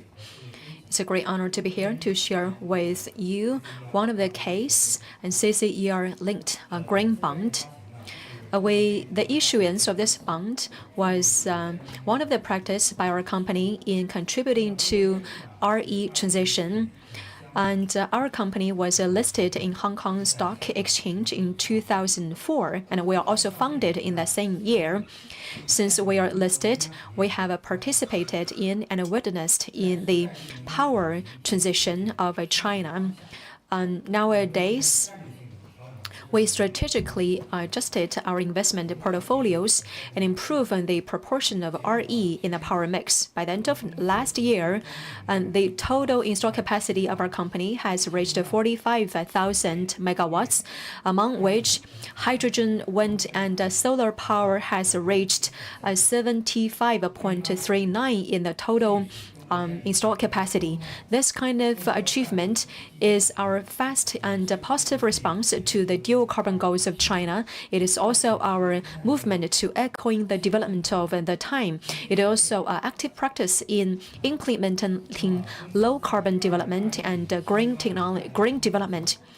And in 2021, we have issued our new development strategy framework, and we also issued our ESG strategy, and as well as the further implementation path, focusing on clean development and a low carbon transition, among which the large RE projects is regarded as the key that will effectively reduce our GHG emission while at the same time contribute to the responding to climate change of the world and ensure the sustainable or the smooth development of the projects and lower down our cost. In April 25 this year, we invited our peer institutions as our professional consultant to do an innovative design of the financing or fundraising of this project, and we built China's first sustainability-linked green bond notes, and that has built as an example for the carbon financing development in China to leverage funds into green development, and that is a very pragmatic practice in the development of combining finance to green development. And the first issuance is around 2 billion yuan, and that is the first bond in linking in CCER with the finance. And the yield of this bond is linked with whether you achieve the sustainable development goals or the ecological development goals, unlike the traditional yield of the bonds, which is determined by your revenue or financial performance. And we also set up a KPI for the sustainability-linked bond, and the KPI period is from 2024 to 2025. We'll develop at least 1 million tons of CCER equivalent, and the fund raised will be invested into wind, solar power, as well as other renewable energy power generation, and will provide clean energy as much as 92 million megawatts. And also, within 3 years, we will reduce the carbon emission by 8.1 million tons, and that can improve China's supply of clean energy and also that show our company's positive response to responding to the climate change, as well as our determination in implementing and achieving the SDGs of UN.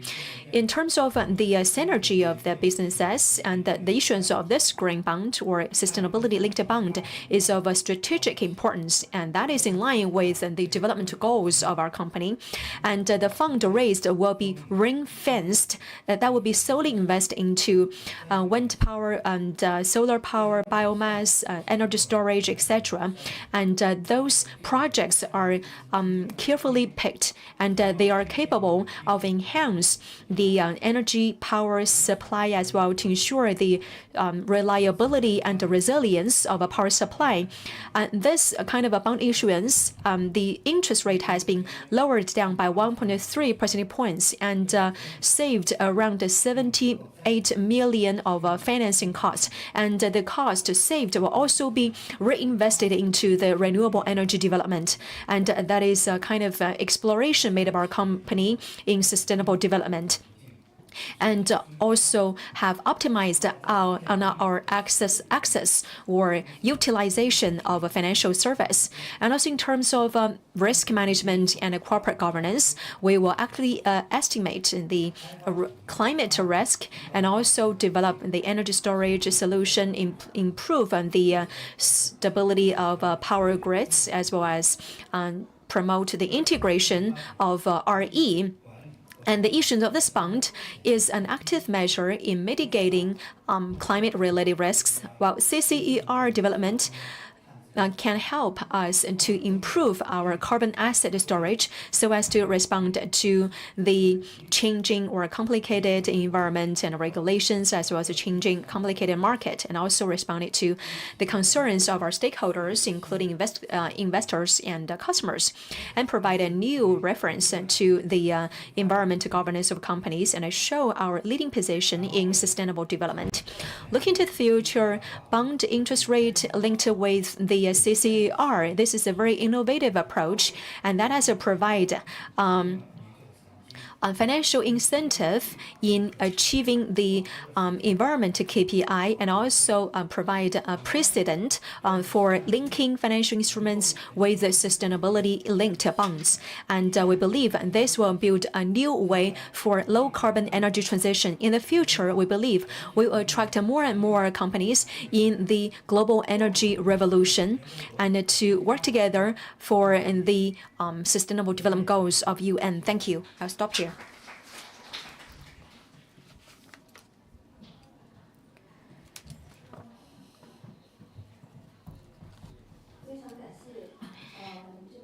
Thank you, China Power International Development Limited.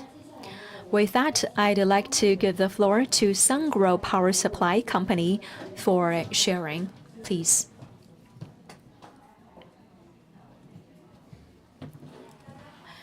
Good afternoon. I'd like to thank UNGC for this opportunity to share with you some of our practice in ESG and sustainable development. I'm the brand center chief, and we are responsible for the ESG external relations management, as well as some of our practice in ESG. I'd like to walk you through some of the work we have done in this area. To be honest, Sungrow Power was founded in 2017, working in clean energy. Our founder himself, before founding this company, he was working in clean energy education. So we are a company focusing on clean energy, and that is who we are. Our mission is clean power for all. So to achieve this mission, because we are providing the electronics and as well as related devices, we'd like to work with our partners at the upstream and downstream to achieve clean power for all. And what is the position in this mission, and what kind of value we can create? So we proposed our contribution to the industry as well as our partners to connecting the green bridge to sustainable future, and that is our positioning. And based on this, and we have our ESG concept, green mission for a better future. For our ESG strategy model, and for this guidance by this ESG strategic model, we carried out our relevant work.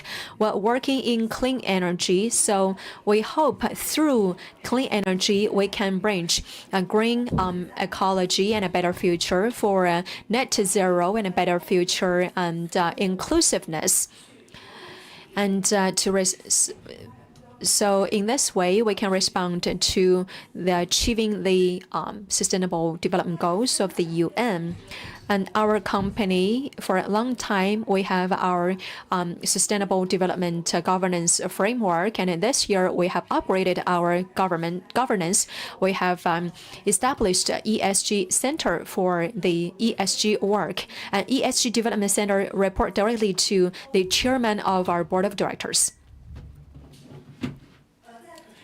In terms of the sustainable development initiatives, we actively implement the UNGC's the 10 principles, including human rights and labor, etc. And also we benchmark to the SDGs of UN, and we promised that by 2028 you'll use 100% of RE, and by 2028 in the energy system will cover all the energy system and also improve the energy productivity by 35%.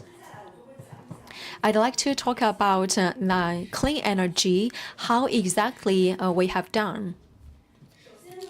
First of all, starting from 2017, we are committed to clean energy development, and now we covered the hydrogen and wind power as well as PV extraction. We have around 605 gigawatts of installed capacity for clean energy. So we provide pure clean energy to the society. And to be more specific, in compliance management, this is our foundation. This is our bottom line. In compliance operation, we stick to ISO 301 compliance management certificate and also ISO 2701 and 2705 double recognition. And also we have achieved 100% of coverage ratio of our quality. And also in our sustainable development report in this year, we issued 7 anti-corruption, human rights, and DUI and health and safety report, and you can have the bilingual version on our website. In terms of innovation, because we focus on new energy, our main business is product and service. We pay high attention to R&D and innovation. In this aspect, R&D is very important. The input of R&D is about 2.4 billion RMB yuan, and the share of R&D related employees 40% of our total number of employees, and the number of patents is about 4,000. And another example is our Power Tata 2.0 power storage project. We have signed one of the largest order in the United Kingdom, and the capacity is 440 gigawatt hour. This is our largest order in Power Tata 2.0, and it will supply clean power to 1.1 million households in the UK, and contribute the net zero of the UK by 2040.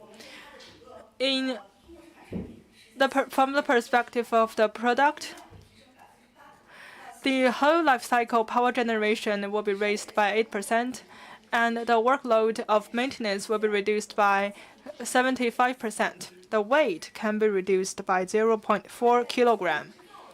And in terms of refined manufacturing, as a equipment manufacturer, this is one of our important jobs. In terms of flexible production and automation and intelligent development, we have made many efforts. Then let's look at how clean energy can be linked with green ecosystem. In terms of responding to the climate goals, by 2028, we hope to realize the carbon neutrality of the operation, and by 2038, we hope to realize carbon neutrality in the whole supply chain, and by 2048, we hope to realize net zero of the whole supply chain. First, we did a comprehensive inventory of the supply chain, and for the roof PV station, we can generate 10,000 megawatt-hour of power every year. And by the end of this year, the renewable energy can account for 65% of our total energy consumption. And by 2025, the energy consumption can be reduced by 10%, and we have made a lot of efforts to realize that goal. And we established an iCarbon platform that is to digitalize the energy and carbon emission. We work together with our partners to reduce the carbon emission, including the carbon inventory. And how we can link this with a better life. This is a global green dream for better life is our concept, and we cover more than 20 countries and regions with more than 2,000 local employees. So our localization rate is 98.8%, and every year we will also have a survey of the organization health, and last year the score was 86.8. We also pay attention to the training of employees. The input for each year is more than 20 million, and the coverage rate is 100%. And in terms of occupational health and safety, we input 50 million yuan, and 100% of the employees can accept the body check.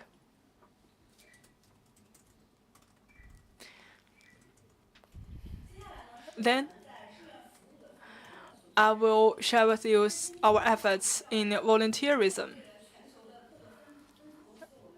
In all the branches and subsidiaries of our company, we are launching the Volunteers Week of employees. And cumulatively, we have more than 2,000 employees working as volunteers. And just now, I talked about sustainable values. On the basis of these values, we can see green development, co-building and linking, etc. And our English slogan is Bridge to a Sustainable Future. The concept of bridge means that we can build a bridge and maintain the bridge and never remove the bridge after success. So we can use this bridge to link a more sustainable future. And that's all from me. Thank you.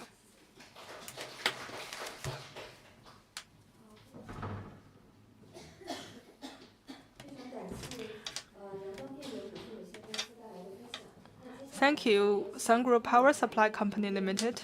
And now let's give the floor to COSCO Shipping Energy Transportation Company Limited. Good afternoon.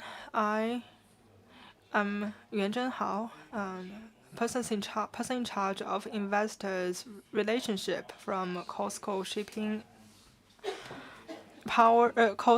Shipping Energy Transportation Company Limited, and I'm very honored that our case is included by the 20 cases examples, and let me share with you of our good practices. First, please allow me to introduce the main business of our company. Now, we are the largest crude carrier owner in the world, and we are the largest LNG transportation enterprises in China.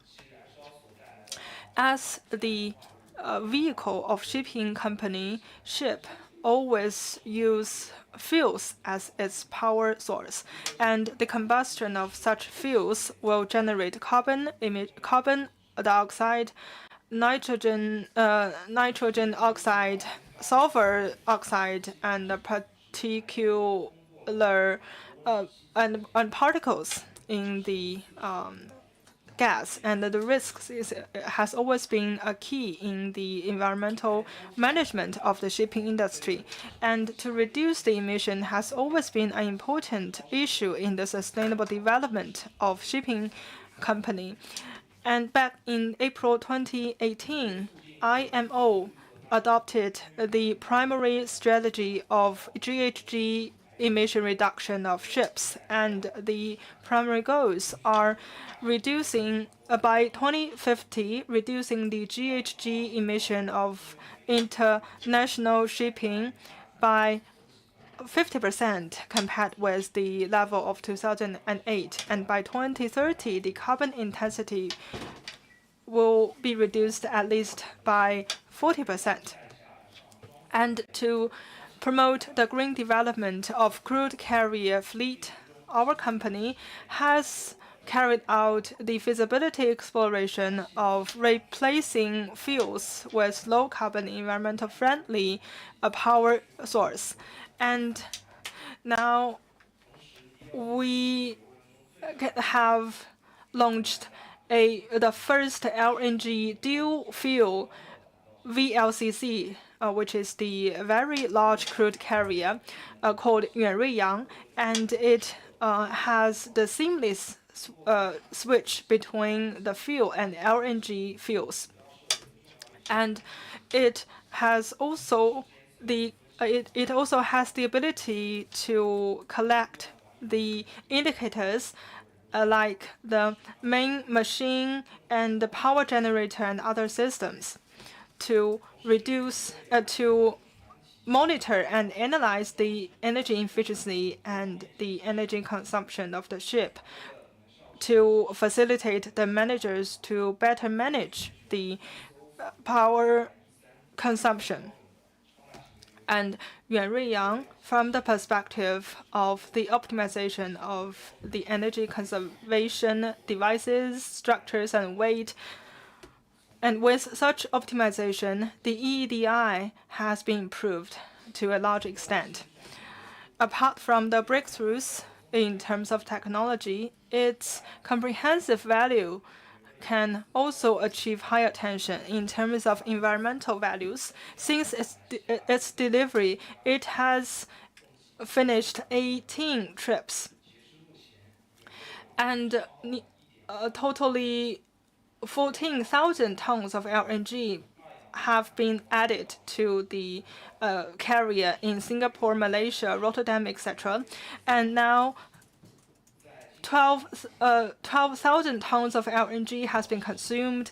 The emission of sulfur oxide is nearly zero, and the carbon dioxide emission has been reduced by 30% compared with conventional fuels.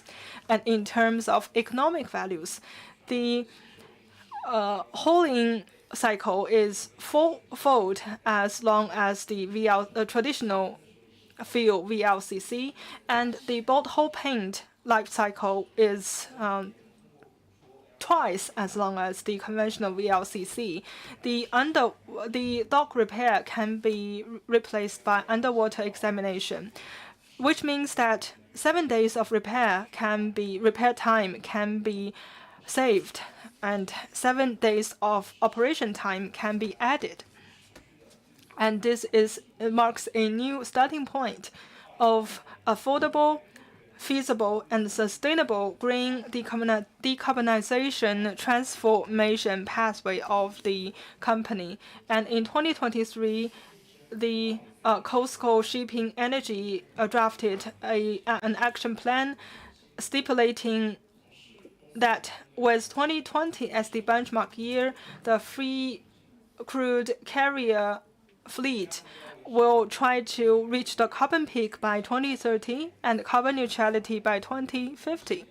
And different roadmaps have been set up for international and domestic market. With this goal, our company has put the orders on different designing plans and have acquired the certification from ABS, CCS, and DNV. And apart from the exploration in new energy fields, we also have promoted the energy conservation technological optimization implementation. And the efficiency of the screw propeller has been reduced, which can reduce the consumption of fuels by 2%. Calculated by this figure, a VLCC can save more than 300 tons of fuels, and the carbon dioxide emission can be reduced by 900 tons. And we believe that the upstream and downstream of the industrial chain shall be further cooperate and participate in the green decarbonization. Last year, we reached the first ESG-linked loans with the Bank of China, and we set very clear goals. And also, there is a mechanism for reducing the interest rate of the loans after reaching the sustainability goals. And this has opened a pathway of feeding back the green development KPIs back to the economic value. I believe that with this basis, the consensus of green decarbonization will be further reached, and the decarbonization technology and the supply of green fuel will be further mature so that the shipping enterprises can create more values to the sustainable development in the world. Thank you. Thank you, COSCO Shipping Energy Transportation, for the sharing. With that, I'd like to give the floor to AT Renew Inc. for sharing, please. Distinguished guests, good afternoon.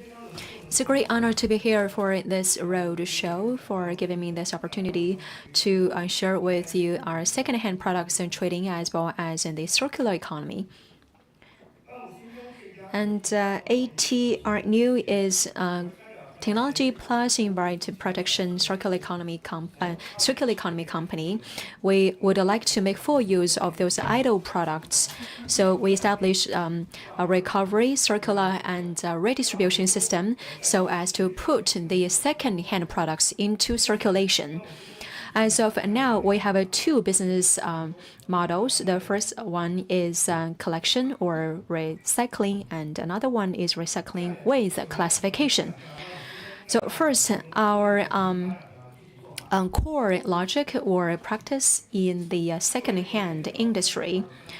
We are one of the first companies working in the second-hand trading platform with 3C, and we grow together with this industry. We have a technology investment and innovation of business models as well as infrastructure development. So, and the second-hand products can cover a lot of people, and we build the user scenarios. For example, in the shopping malls, we have around 1,600 stores to provide the collection service or recovery service for for secondhand electronics.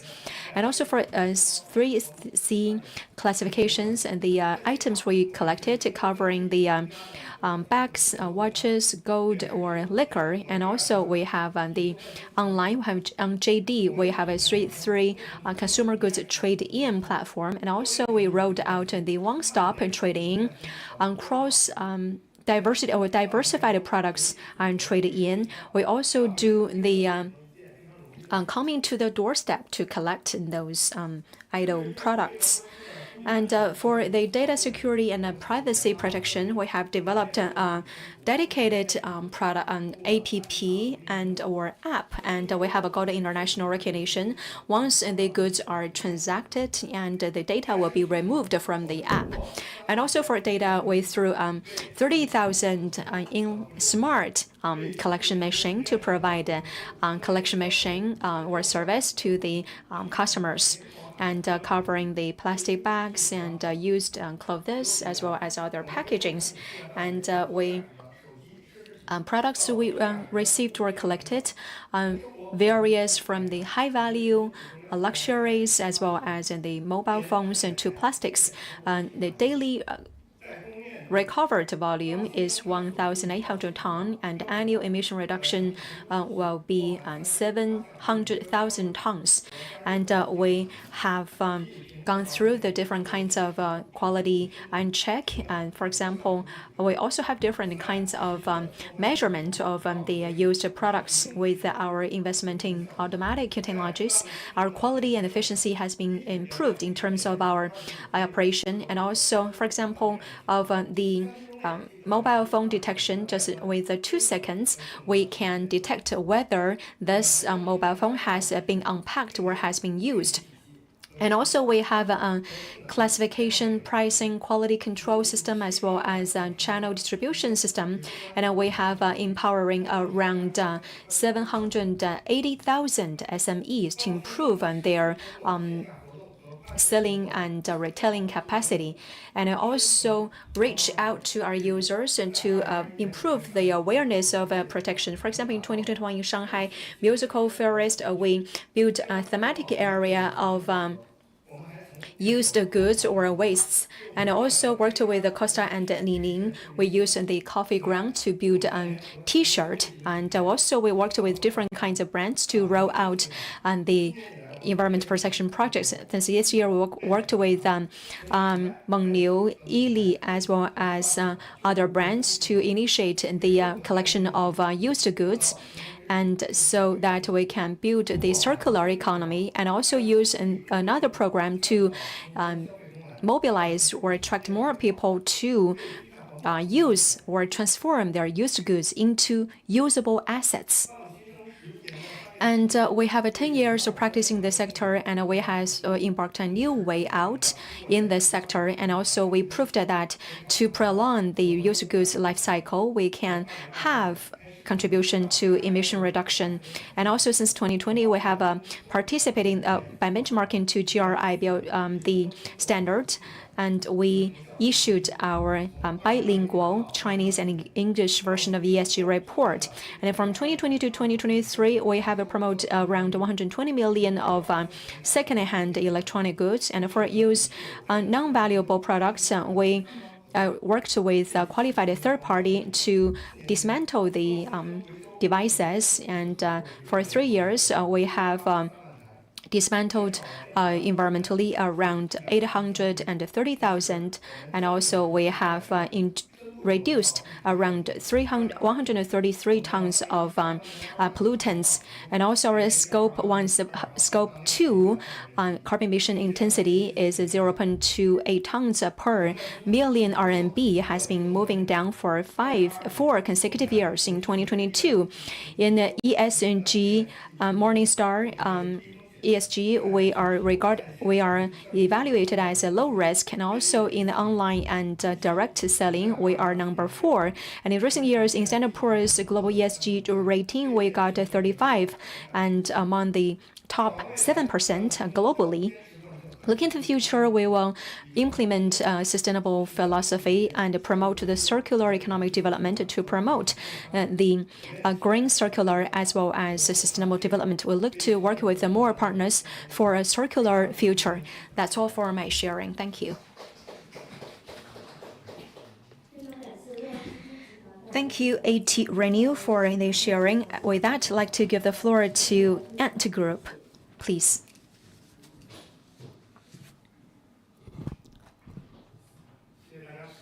Thank you very much for your time. I'd like to move faster for saving time. A brief self-introduction. I'm the International Public and Policies Director, Zhang Fan. I'd like to share with you what we have done in ESG as well as some low-carbon development. You may know Ant Group, founded in 2004. In Alipay, in our technology innovation, we are 20 years old now. That is in line with the ESG and UNGC's ESG. And from the very beginning, we are doing payment. And with that, we have done a lot of businesses. For example, digital connection, for example, the health QR code and some of the public service and our public service, for example, and the online bank and some of the inclusive financing, wealth management products, etc. Now we are also focusing on technology. We work with our global partners to export our digital capacity, and also we are internationalizing. We are moving on to our international development. We hopefully that our friends from overseas, you can also use Alipay, be it for a business trip or other work. Our international partners could also use Alipay as well as other user-friendly apps. So what is our consideration in ESG? How we can contribute to sustainable development?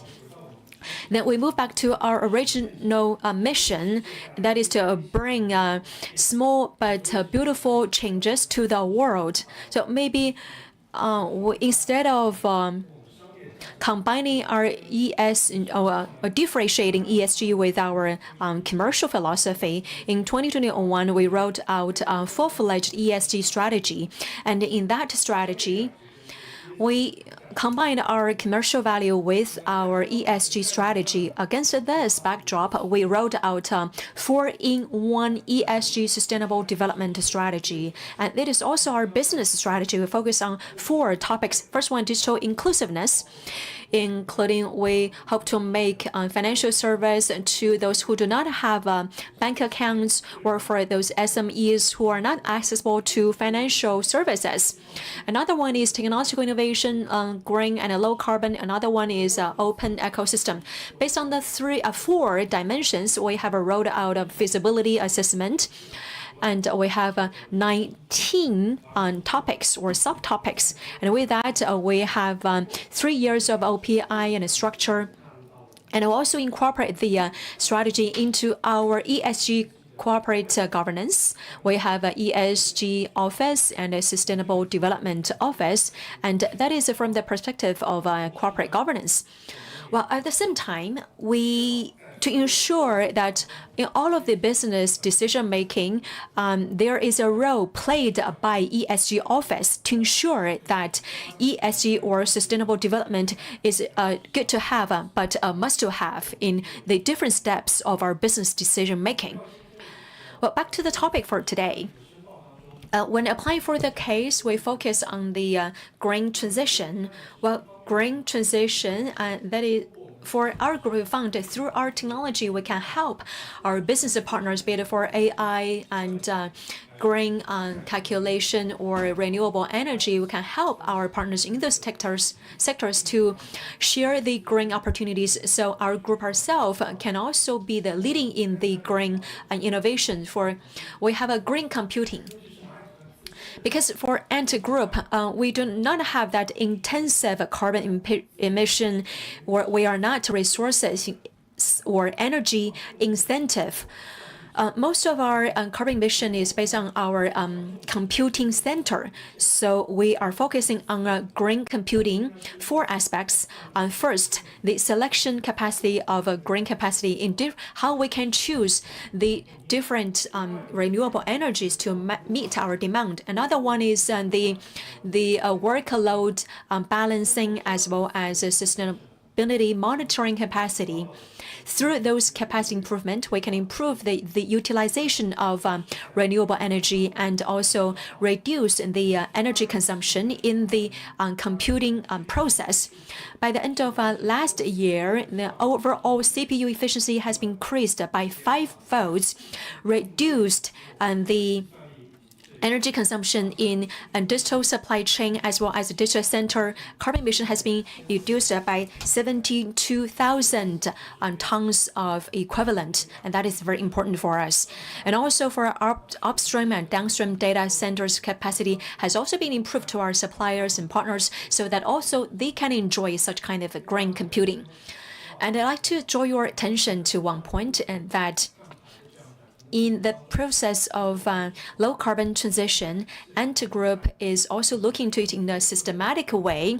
That means we'll cooperate with our partners, government, and local community to lead the green transition of the whole ecosystem.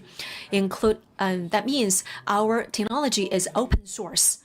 And also the patent will also be shared to our partners so that the whole industry can work together for sustainable innovation. And also we promise that those green patents are also open. And also we work with R&D institutions and universities to write some white papers. So for Ant Group ourselves, for 2023, it is the first time for us to do the carbon accounting of a scope 3, which was not easy. And in this process, in the carbon emission of the whole value chain, we have provide scientific ground or reference, and also we build our internal capacity through our digital banking or online banking. We build SME green rating system. So for SMEs, based on the current data they have, and if they are qualified, they can get a digital rating. Based on this digital rating, they can get some green financial loans. And by the end of 2023, cumulatively have support around 8.3 million SMEs to get the green rating. Around 1 million of the SMEs have got the Ant banks or the green loans from our partnering banks. This is for companies, but for the public or for individuals, Chinese First has used Ant Forest. So apart from the companies, how we can influence our individuals or consumers, how we can change our lifestyles. By the end of 2023, according to the data, in total, around 670 million people use our mini program to generate around 3.1 tons of green energy. The green energy will be transformed to environment protection or the protection of biodiversity. Cumulatively, by the end of 2022, we have planted around 475 million trees, and in total around covering around 4.8 million mu of land. Now we have been expanding from the land to the ocean. We're not just doing the land or the forest protection. Our project is Fantastic Ocean, and that's all from Ant Group. Thank you.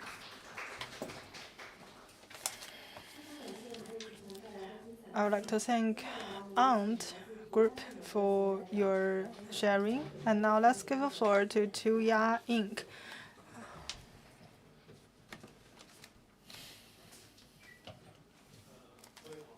Good afternoon.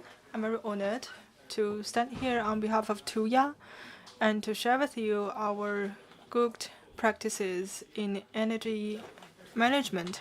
And before starting, I would like to introduce my company. Tuya is, I think, maybe not very familiar to you. We are doing cloud platform service. We help the intelligent home brand to have a comprehensive solution. And up to this year, we serve billions of devices all over the world. This is the background of our company and how we think about ESG and carbon neutrality, what we can do for this and how we can help our customers. First, how we regard carbon peaking and carbon neutrality. Frankly speaking, we think that in the process of carbon neutrality, individuals, enterprises, and countries have two pathways. The first is to open more sources, and second is to reduce the carbon consumption and emission. For the source, I think we have power supply and power generation, but for power consumption end, we haven't seen many good practices. And how close the low carbon is with us, I would like to give you two examples. In October last year, we participated in an event in Birmingham, the UK. At a restaurant, we worked on our plans, and he complained that the coffee in the UK has become more expensive. I asked him why. He told me that, do you know how much you need to pay for every pot of water you need to boil the coffee? Actually, that is 0.5 pounds. So that is very expensive in terms of the expenditure. For catering and for daily life, they are heavily impacted. So which cannot be ignored that the power consumption and cost in households have been much higher than before. And by the year 2015, the household power consumption accounted for 25%, and by 2022, this number has been increased to 30%. And by this year, it is estimated that this figure will be raised to 33%. And in China, if we only count Tier 1 and Tier 2 cities in, actually the energy using cost has been 3% higher than before. And power consumption is an integral part of people's livelihood in many countries. For example, in China, as a Chinese people, I felt that I'm very fortunate because the tariff of household power is cheaper than the tariff for industry and commercial power. It is impossible in European countries and the United States. And taking an example from one of our neighbors, the ROK or South Korea, their power company is a state-owned company, and the budget deficit in 2023 was as high as 150 billion RMB yuan. This is also because this is a state-owned company, and they need to ensure the livelihood of the ordinary people and households.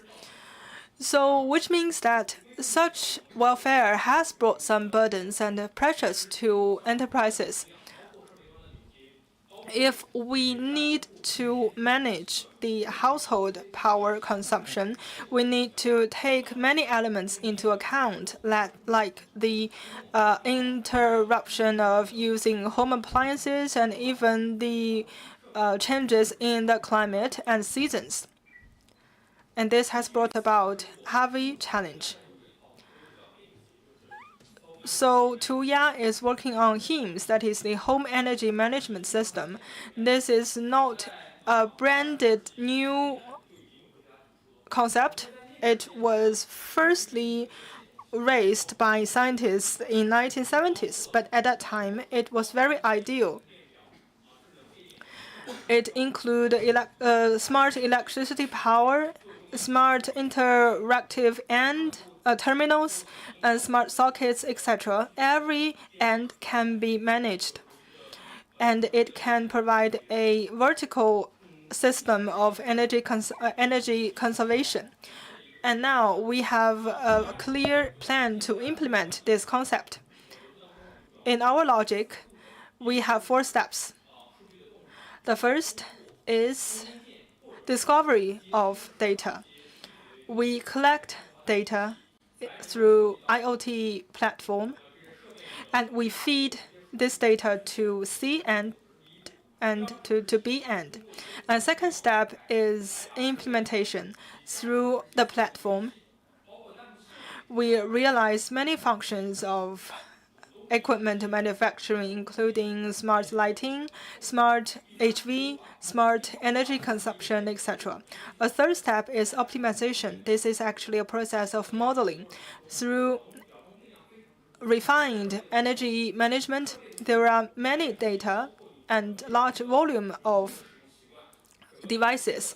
And we also need to take the using habits of local residents, and we need to take all these elements into account. And we use a standardized AI model to optimize the operation indicators and parameters. And the fourth step is to estimate. And we also use an AI algorithm to infer the possible and potential measures and capabilities.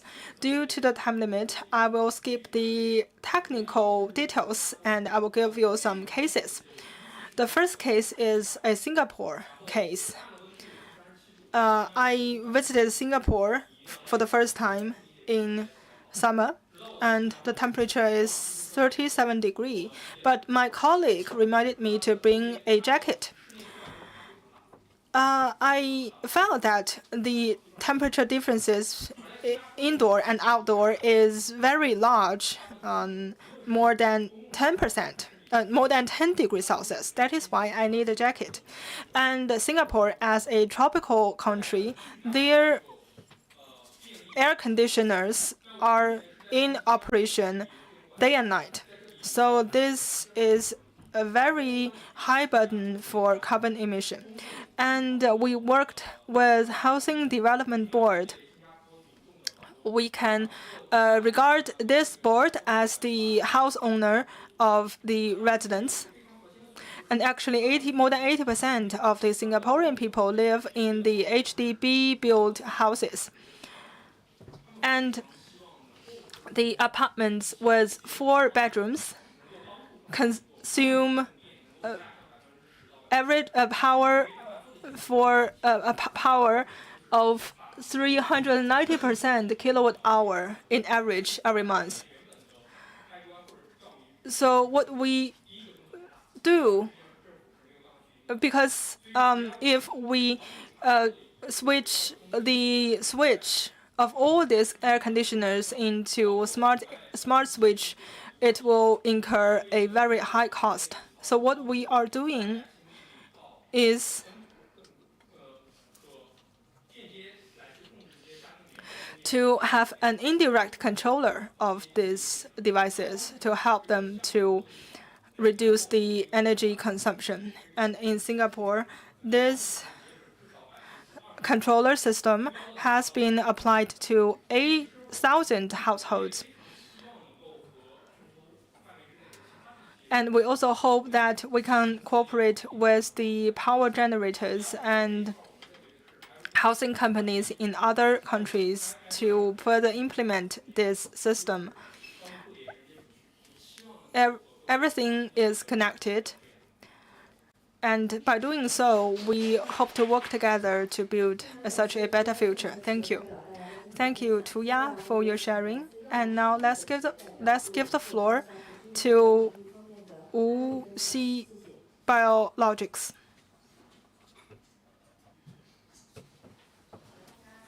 Good afternoon. I'm from ESG team of Wuxi Biologics. I'm very happy to meet all the friends offline and online to share with you our green biologics solutions for a healthy future. And I also would like to thank UNGC for releasing such a relevant and valuable case collection. Wuxi Biologics align our ESG strategy with the 17 SDGs in 2021. And in 2023, we became a member of UNGC. And in 2024, this year, we participated in UNGC's CAA and TGE programs. And we have been benefited from the rich resources of the UNGC and events of the UNGC. First, I would like to introduce biologics. We are a company developing and producing biological products, and we ensure the drug supply to the patients. Now we have served 700 customers, and we have established 740 assembly lines for different drugs. This slide shows the technological solutions of different phases of production and development of our company, and it covers a whole series of portfolio, including monoclonal antibody, etc. And on the basis of ESG performance, we have been recognized as an industry leader by many institutions, and we are now incorporated into the Dow Jones ESG Index, and we have been incorporated into the A list of MSCI. And all these awards and acknowledgments have won more trust for WuXi Biologics. Many speakers today have mentioned how we can balance economy and environment. And for WuXi and for our company, our answer is we want to have both. Through independent R&D, we provide end-to-end green solution to the whole industry. For example, in the research phase, we have WuXi Body proprietary universal bispecific antibody platform. It can accelerate the drug development process by 6 to 18 months, and it can reduce the R&D cost and environmental cost of the bispecific antibodies. And also, we can improve the protein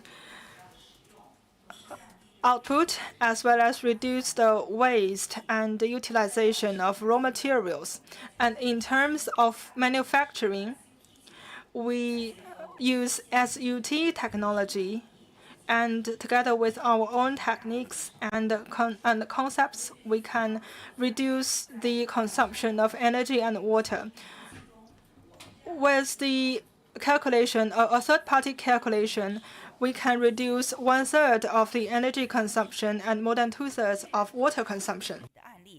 Let's walk through a specific case, and this is our newly rolled out WuXi UI, that is online platform, and with an IOC analysis, we can see that our CUI in all of the environment impact dimension, we can achieve obvious reduction as high as to 55%.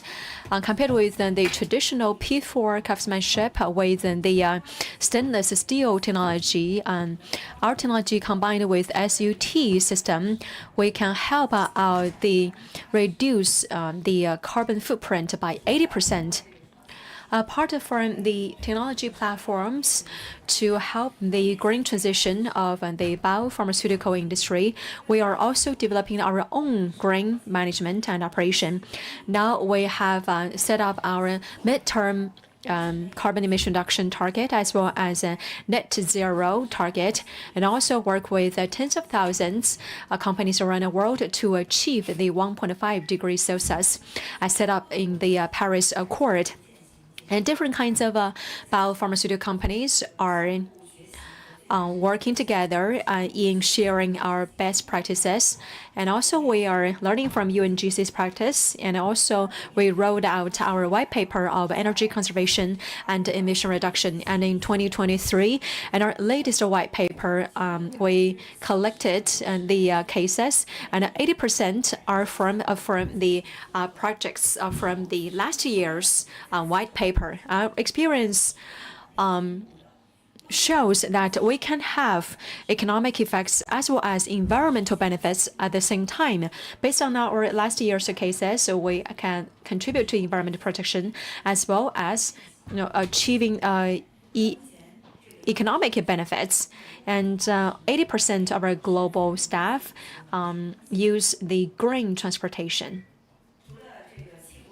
Apart from climate change, we also worked on water resources and waste management as well as other sectors. And while working on those targets in 2023, we achieved the energy conservation targets 2 years ahead of the schedule, and also rolled out our new targets in water conservation. I'd also like to share with you our refined management of ESG. As of now, the ESG indicators has been incorporated into the refined management of our company. Through this kind of approach, we can incorporate the ESG or penetrate ESG into the day-to-day work and life to our colleagues, and they also can find new ESG opportunities. This year, for all of the refined management operating, 93% of them has contributed to the ESG target while at the same time saving costs and improving the efficiency. That's all for the sharing. I'd like to appreciate UNGC as well as Nottingham University of Ningbo for the joint leasing, and thank you very much, online friends, for your listening and patience. We'll work together with other member companies of UNGC for sustainable development. Thank you. Thank you very much, Wuxi Biologics, for the sharing. Now I'd like to give the floor to CATL for the last sharing. You're the last speaker. Thank you very much for your patience in listening to the 20 sharings. Good news, I'm the last speaker. And after that, you will have a very good weekend. Distinguished UNGC guests, dear friends, good afternoon. At the outset, I'd like to thank UNGC for your recognition for the CATL and for recognition of this 20 cases in 20 years. With that, I'd like to share with you some of the cases we have done at CATL. Well, CATL founded in 2011 and the Global Fortune 500 company. We focus on power battery and storage battery development R&D. In 2023, the global usage has been #1 in terms of the power battery, and the storage battery has also been #1 in terms of the output. Our development target is using advanced battery technologies to contribute to the renewable energies and to form the power system and replace the fixed power system, and also use electrified as well as smart system to achieve renewable energy. And well, as integrated, the battery swap is our innovation. The carbon emission in transportation in China accounted for around 12% in the total carbon emission, while road transportation accounts for 80% of the total transportation in China, while heavy truck transportation account for 50% of the carbon emission in road transportation. And the world is faced with the scarce energy supply, and the electrification of a heavy truck and lower down the carbon emission has become the common sense in the industry, and that is very, very immediate. And also the electrification of a heavy truck, they have the problems of high cost and disordered charging, as well as scarcity in land supply. Responding to the EV in heavy truck and contributing to the upgrading of the industry, in 2023, second, we provide the one-stop battery swap solution to the heavy truck, including standardized battery swap and automatic swap and the cloud platform. And also we have that is based on the third generation of lithium iron phosphate, and we also adopted CATL's the heatless C2B storage technology, as well as the long-term life cycle battery. We lower down lowering the cost of our customers while ensuring the safety. We use a standardized, modularized, and high efficiency. We use automatic technology to responsive to the one-stop swap for different kinds of vehicles without influencing their uploading and downloading. And also we have the 171 kilowatt hour of modularized swapping. They can choose 1, 2, 3 batteries based on their needs, and also have high efficiency swap system. The charge time has been lessened to 5 minutes from 2 hours. And also we have the big data for the truck and the station as well as the swap. So we have a comprehensive online platform to monitoring the assets, automatic modulation, as well as booking for swapping. And also at the station, we provide a 24/7 service to the drivers so that they will have a rest assured swapping and also improve the efficiency to a new level. Based on our technology and a business model innovation, the swapping service has brought a more cost effectiveness, more convenient, and more secure and environmental friendly service. Security means we have lowered down the gravity of the whole truck, responding to different kinds of road condition, so that the truck could be driving on different kinds of complicated roads. More cost effective, we use a high ultra life cycle battery, so that the mileage cost has been saved by 10 to 20% compared with the gasoline truck.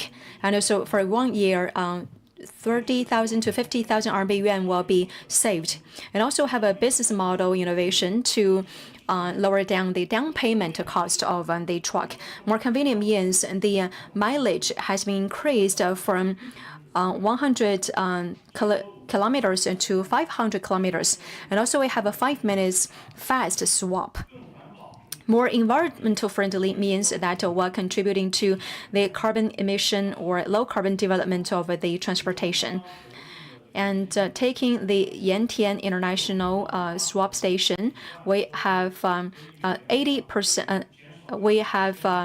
We will reduce around 15,000 CO2 emission each year. Since we roll out this solution, that has been applied to sectors such as the bulk, for example, the coal transportation, as well as the contract transportation capacity, as well as other transportation scenarios, and also cooperate with the transportation companies, energy companies, mining companies, financial institutions to build an EV truck, empowering different kinds of sectors, so that in this sector will be moving to a new era of energy saving as well as cost saving. In the morning session, Ms. Zhao said that most of the companies have dilemma of choosing from the short-term business pressure as well as long-term and long-term sustainable development. Well, for our solution, you can achieve a balance for the short-term KPI or business financial performance, as well as the long-term sustainable development. So in this way, through the electrification solution, we can lower down the cost of logistic industry, while at the same time, through a low-carbon green development, the transportation industry will enjoy a long-term sustainable development. Hopefully, more and more industries will use our battery swap solution. You can have everything you wanted to have. By the end of November 22, 2023, we have achieved obvious remarks, and we have got the award in the Excellent Sustainability Contribution Award. For CVTL, our journey hasn't always been smooth. We have a lot of subsidiaries. That means we are not that nimble or we are not that flexible in terms of fast response. But we took fast measures to build our sustainable management measures, and we set our corporate management committee responsible for monitoring and implementing sustainable development works. And also we implemented a credit, lithium, value chain sustainable transparency monitoring tool to achieve the recognition, integration of a sustainable development covering sustainable management and business ethics, labor practice, as well as sustainable procurement, as well as management of core minerals. To implement sustainable development sustainable target and support and the SDG in 2023, CATL rolled out our carbon neutrality strategic plan. By 2025, we'll achieve the carbon neutrality of a core operation, and by 2026, achieve our carbon neutrality of our core value chain. While at the same time, CATL will continue to empower more suppliers and partners so as to contribute to the sustainable development of the whole value chain. That's all for my presentation. Thank you. Thank you very much, CATL, for the final sharing. I'd also like to thank our 19 company representatives who have pulled all of the wisdoms, all the best practices of China. That's all for the broadcasting for this year. Our friends online, if you are not the UNGC member, you are more than welcome to join us. And we have a WeChat and Weibo account and our international website. You can also, we have EU@UNGlobalCompact.org. You can also send us email. With that, I'd like to draw our session to a close. Thank you very much for your participation, and thank you, our company friends. 2020年6月15至16日，联合国全球契约组织在线上召开领导人峰会暨成立20周年庆典，宣布启动可持续基础设施建设助力“一带一路”，加速实现联合国可持续